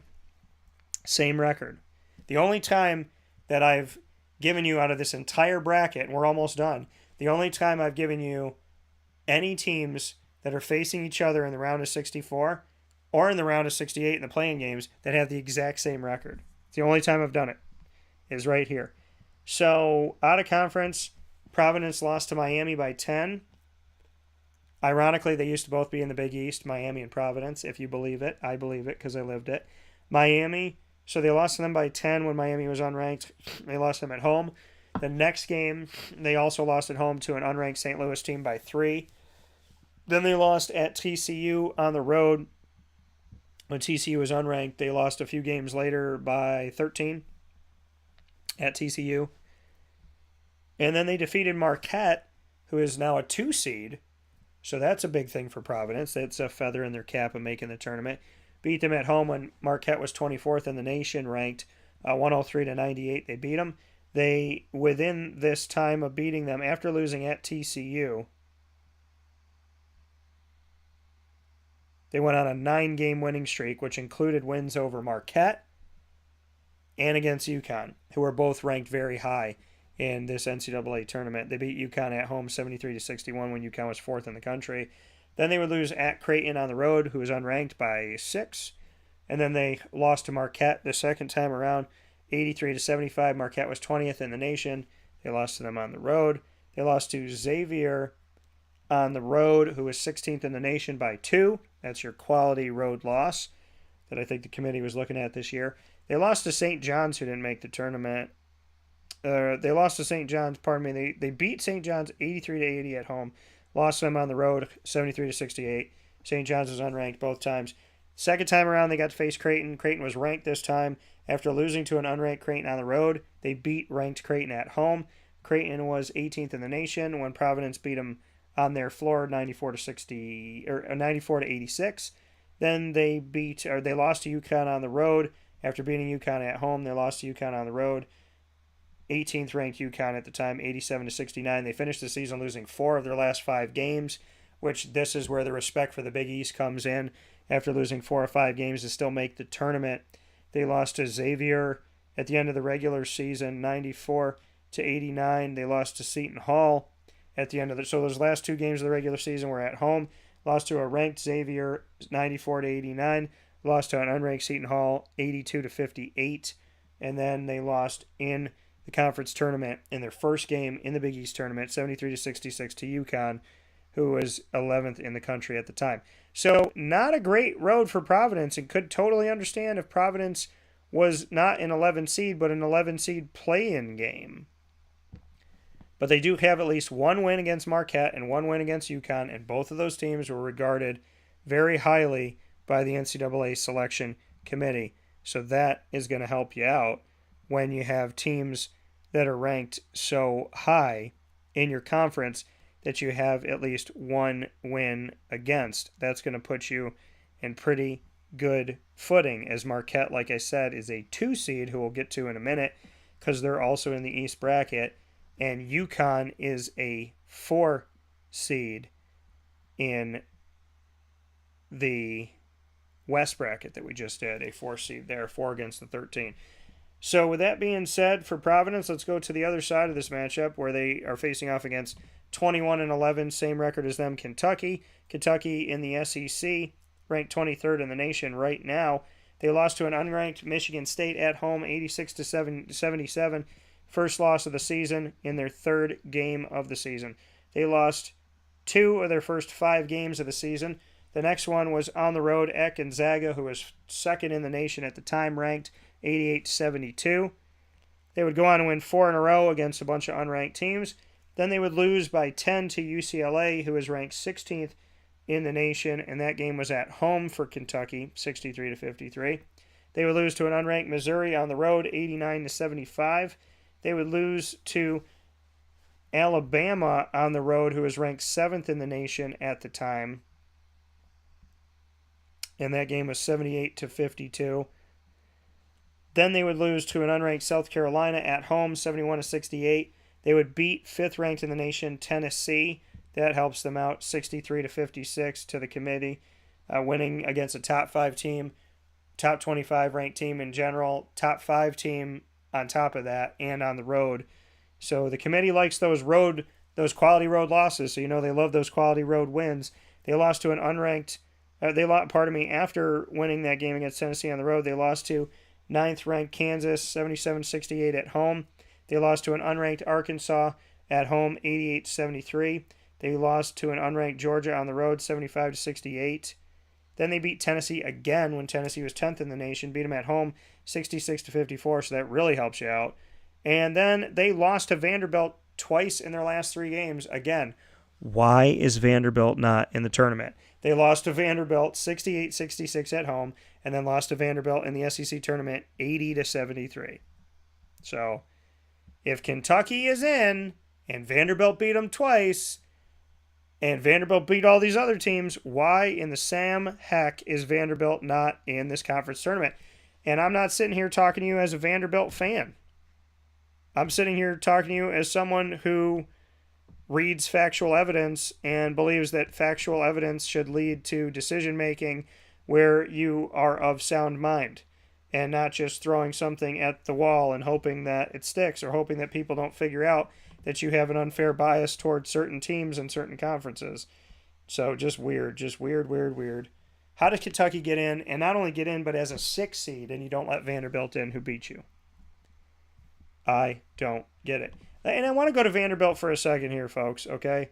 I want to go to Vanderbilt and just talk about just for a minute. Give me a minute here to give you my little Vanderbilt conversation. The Commodores. Now, they have 14 losses this season, so that would be great for the Big Ten. Great for the Big Ten. They got 14 losses this season, folks. Okay? Now, they've lost to unranked Memphis, who's a pretty darn good team. They lost to them to start the season by 9 at home. They lost to Southern Miss by 12, who was unranked, at home to start the season. They lost to St. Mary's by 10 at home. St. Mary's, pretty good team. They lost to VCU on the road, who made the tournament, and lost to them by 5. They were unranked at the time. They lost to Grambling. That's a tough loss. That was at home by 2. They lost to NC State 70-66 in non-conference play with the ACC by 4 at home, 70-66. They lost by 3. There's your quality road loss at Missouri. Okay, to 20th ranked Missouri. That's Vanderbilt. They lost at Tennessee, who was 5th in the nation, 77-68. Still lost by less than double digits. They lost to Alabama 78-66 at home. who was ranked 4th in the country at the time. Before that, they defeated Arkansas, who was 15th in the nation at the time, 97-84 at home. They lost to Kentucky 69-53 at home, who was unranked. They lost to Texas A&M, who advanced to the SEC championship game, unranked at the time, on the road 72-66. They lost to Alabama in a horrendous game, so maybe this is going to play into it. 101-44, if you believe it. Alabama was 4th in the nation at the time. On the road, they played that game. Then they won 5 games in a row, including a win over Tennessee when they saw them again, 6th in the nation, 66-65. Then they lost 84-77 to an unranked LSU on the road. And then they beat Kentucky, who was ranked in the top 25 both times. Then they lost 87-75 against Texas A&M, who was ranked 18th in the nation at the time in the SEC tournament. So yeah, the loss to Alabama, that was atrocious. However, they beat Kentucky twice, who was ranked in the top 25 at the time, and Kentucky made the tournament and got a 6 seed. They beat Tennessee 1 of 2 times. They beat Arkansas, who was ranked at the time of play. And the first time they saw Alabama, they lost by 12.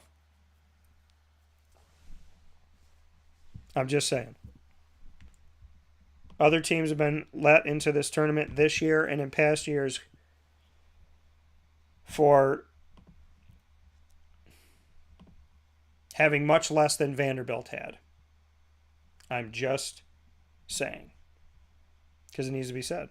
Because Vanderbilt deserves better treatment than what they're getting.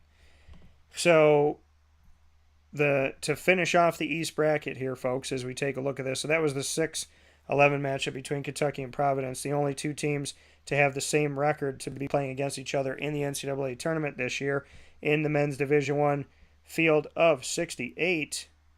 Unless any one of these teams is going to make me a liar here. Kansas State, Montana State playing up against each other. Montana is 25-9, 14 seed. 3-seeded Kansas State, 23-9. Montana State Bobcats, they are coming from the big old sky. They lost to Grand Canyon to start off the season, 60-54. Cool to see the Grand Canyon and Montana together, right? Wouldn't it be cool to see? Just, like, visit them. You know, so when you see these 2 teams play each other, it's like 2 beautiful places going up against each other. Kind of cool that that's the background setting. And they lost at Oregon, 81-51. Oregon was unranked at the time. They lost 3 in a row to UNC Greensboro, Quinnipiac, and Middle Tennessee State non-conference play. None of them were ranked. Then they went on a 4-game winning streak against all unranked teams. They played Arizona, who was ranked on the road 5 in the country at the time. Lost 85-64. They lost to Eastern Washington by 3 at home, unranked. They lost to unranked Idaho on the road, 74-70. They lost to unranked Weber State by 10 on the road. But they finished off the season, these Montana State Bobcats, by winning 8 in a row, including a win over Northern Arizona, 85-78, to make them the champions of the Big Sky. On the other side of this matchup, we have the Kansas State Wildcats. Kansas State Wildcats, 23-9 in the Big 12, and we take a look at them starting off their season on a 6-game winning streak, but they didn't play a ranked team in that 6 games. Then they lost to Butler, who was unranked, on the road, 76-64. Then they won 9 in a row after that. And so they started off the season winning 6 in a row against unranked teams, lost at Butler by 12. Then they won 9 in a row. And in that 9 in a row that they won against 3 top 25 ranked teams in a row. West Virginia, 24th ranked at the time, at home by 6. At Texas, who is 6th in the nation, here's your quality road win, 116-103. At Baylor, here's your quality top 25, another road win against 19th Baylor, 97-95. Then they lost on the road at TCU, 82-68, 17th in the nation, TCU at the time. Then what did Kansas State do? They beat one of your number 1 seeds, Kansas, who is 2nd in the nation, beat them at home, 83-82. Then they lost on the road in a close game, 80-76. Quality road win against 12-seeded Iowa State. I don't believe in the quality road win necessarily, but I mention it because I think the committee does. At least it looks like they did this season. Then they lost by 12 when they faced Kansas again, who was 8th in the nation at the time, on the road, 90-78. They lost right after that to Texas at home, 10th in the country, 69-66. Then they defeated TCU, 17th in the nation at home, 82-61, avenging that loss to TCU on the road. Then they lost to unranked Texas Tech on the road by 8, and they lost to unranked Oklahoma on the road by 14. And then they would defeat Iowa State. Kansas State would defeat Iowa State, 19th ranked. Iowa State at the time, 61-55 at home. They beat Baylor again when they saw them, 9th ranked in the country at the time, beat them by 10 at home after beating them on the road. And then they lost to West Virginia on the road to end out the regular season. Lost to TCU 80-67. Like they did, I mean, when you look back at college football and you say TCU and Kansas State had some fun rivalry in college football this year in the Big 12, well, Kansas State and TCU had that here as TCU got the best of them. 22nd ranked TCU beat them in the Big 12 tournament, knocking Kansas State out early, 80-67. So Kansas State had a bunch of good wins, which helps them out here. But do they warrant to be in the top 12 in the nation? Well, I leave that up to you. They played a ton of top 25 games. A lot of them were in the Big 12 because the Big 12, this is the thing. When you're in a conference that has a lot of respect, especially in the preseason, when you're in a conference that has a lot of respect, your teams are going to be ranked. If those teams win and continue to win, they're not going to necessarily be taken out of the rankings. So if you're ranked at the beginning and you keep winning, you're going to stay ranked. So when you play each other and you get wins, you're going to have wins against ranked teams. Should they have been ranked that high? Should they be ranked at all? Well, that's up to the media and the coaches' polls. But when you're ranked high in the beginning and your conference is regarded as a strong conference, then those games that you have, and a lot of these games that Kansas State won were in, when you're talking about beating the top 25, that was in conference. I don't think they don't have any top 25 wins out of conference. They have West Virginia, Texas, Baylor in conference. Then they lost to TCU out of conference. Then you got the Kansas win in conference. So that's 4-1. Then you got the lost to Iowa State 4-2, lost to Kansas 4-3, lost to Texas 4-4, and then you have the TCU 5-4 because that was a win. Iowa State 6-4, Baylor 7-4, and then you have the TCU 7-5. So you went 7-5 against the nation's top 25, but all those games were in the Big 12. Ironically, it was 12 games against the top 25 of a Big 12 team. So 12 games in the Big 12 of a Big 12 team. There you go. So kind of funny how that all worked out, right? That their 12 wins against top 25 are against the Big 12, and they went 7-5. So, Kansas State, they got a 3 seed because the Big 12 is regarded as high. I'm not saying that on paper they didn't have a good season, but if the Big 12 was not regarded as high, then would they be 7-5 against the top 25, or would they be 3-4, or 3-0, or 2-1 if it was a different conference? If you get my drift. So yeah, I mean the record looks good, and give Kansas State their flowers again, right? So I do understand it. I'm just looking at it from the perspective of let's take Kansas State out of this Big 12, and you know what I mean? It's like, or let's take the Big 12 out of notoriety, and are these games as weighted, right? Now you got Michigan State and USC 7-10. Michigan State's going to make it every year that Tom Izzo's a head coach. That's what I truly believe. 99.99999% of the time, as we finish off the East region here, in my breakdown of the Field of 68 on Wake Up Call with Dan Tortora's bonus coverage, that we started at 9-something. I mean, this is a 3-hour show. We do a 2-hour show every Monday through Friday from 9 a.m. to 11 a.m. Eastern Time worldwide. I'm doing a 3-hour bonus show before we get to our regular 2-hour broadcast. Michigan State, USC, 7-10. Well, I wanted to break it down. 7-10 matchup. Let's hope I have a voice tomorrow morning. So in this 7-10 matchup between these two, as we finish off the last bracket of the night with the 4th overall number 1 seed, and that being Purdue, taking a look at this, we got the 10-seeded USC Trojans, 7-seeded Michigan State Spartans. The Trojans versus the Spartans. I feel like this was done on purpose. So 22-10 USC from the Pac-12. They started off the season losing at home to an unranked Florida Gulf Coast team in non-conference play, 74-61. They would go on to win 4 in a row against unranked teams. They would lose against 22nd ranked Tennessee at home, 73-66. They would lose right after that to unranked Wisconsin at home, 64-59. Then they would go on to win 7 games in a row, one of them against a ranked team, Auburn, who they faced out of conference, ranked 19th in the country, beat them 74-71. Then they would lose to unranked Washington State on the road, 81-71. They would lose to UCLA in a 2-point game. Here's your quality road loss to 10th ranked UCLA on the road, 60-58. Then they would lose 81-66 on the road to 11th ranked Arizona. They would beat UCLA the second time around. This game at home, 77-64, when UCLA was 8th in the nation.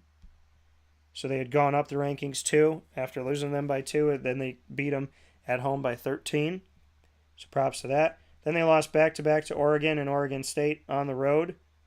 Both teams unranked. Lost to Oregon by 18. Lost to Oregon State by 3.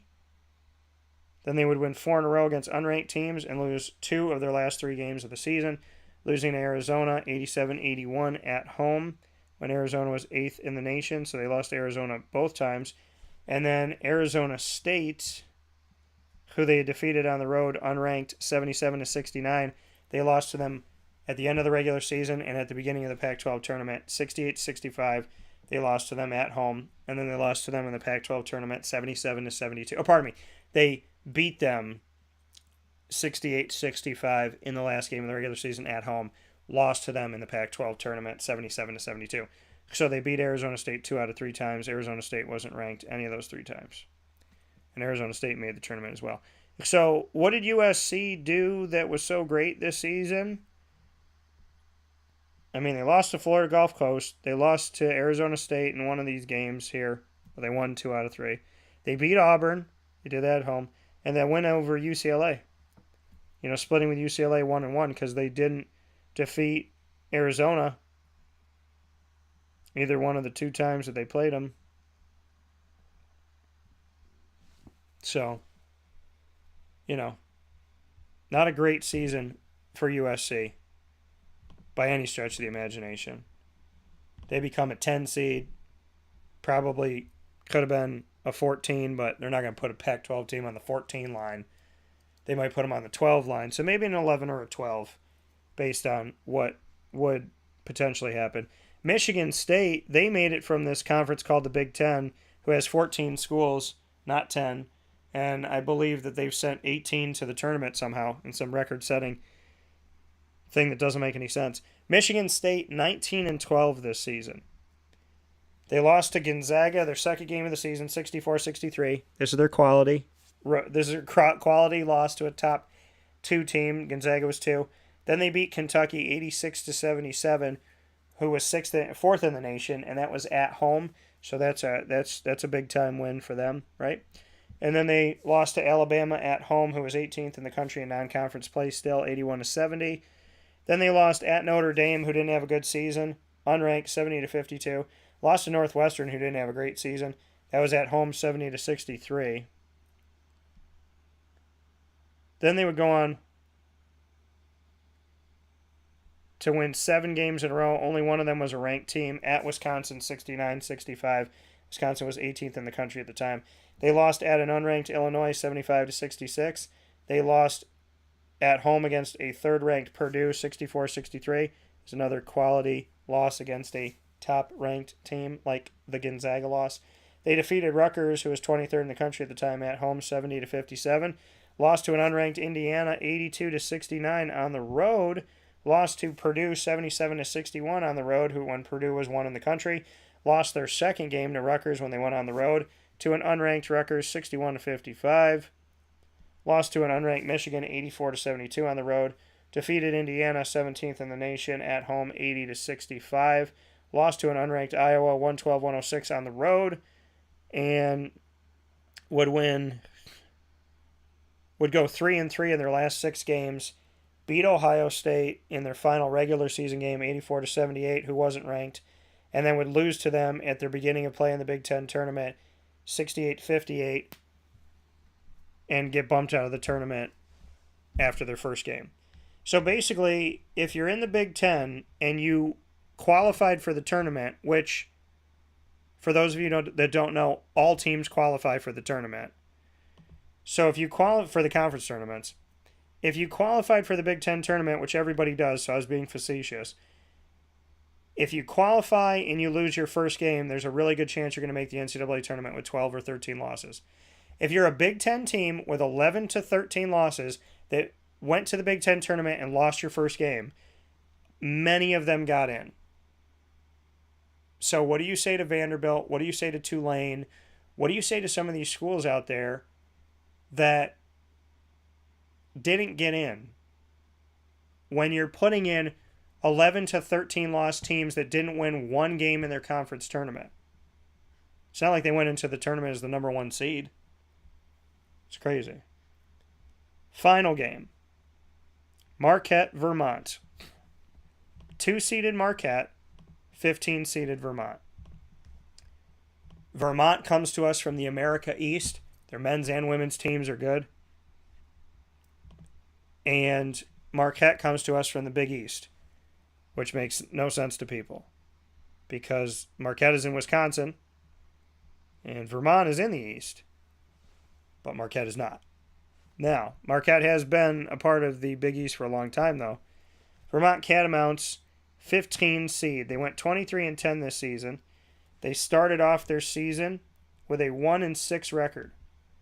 They defeated Brown by 15 at home.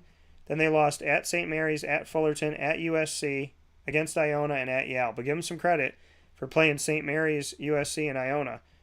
They lost to USC on the road by 2. So they went from the East Coast to Southern Cal and lost to USC on the road to a team that made the tournament by 2. They lost to St. Mary's on the road by 26. They lost to Yale by almost 30. Then they would lose to UNC Wilmington at home, Long Beach State at home, NVU Linden, which is a Division III team, and I know that because my good friend coaches that team, Dave Paziak, and they beat them 101-63. They won at Merrimack 66-43. Shout out to Merrimack. I'm going to keep shouting them out. They beat Colgate on the road 73-72. Good game for Vermont. Lost to Toledo unranked at home 84-72. Lost to unranked at New Hampshire, at UMass Lowell, both on the road. New Hampshire by 7, UMass Lowell by 15. And they would end out their regular season after losing those 2 games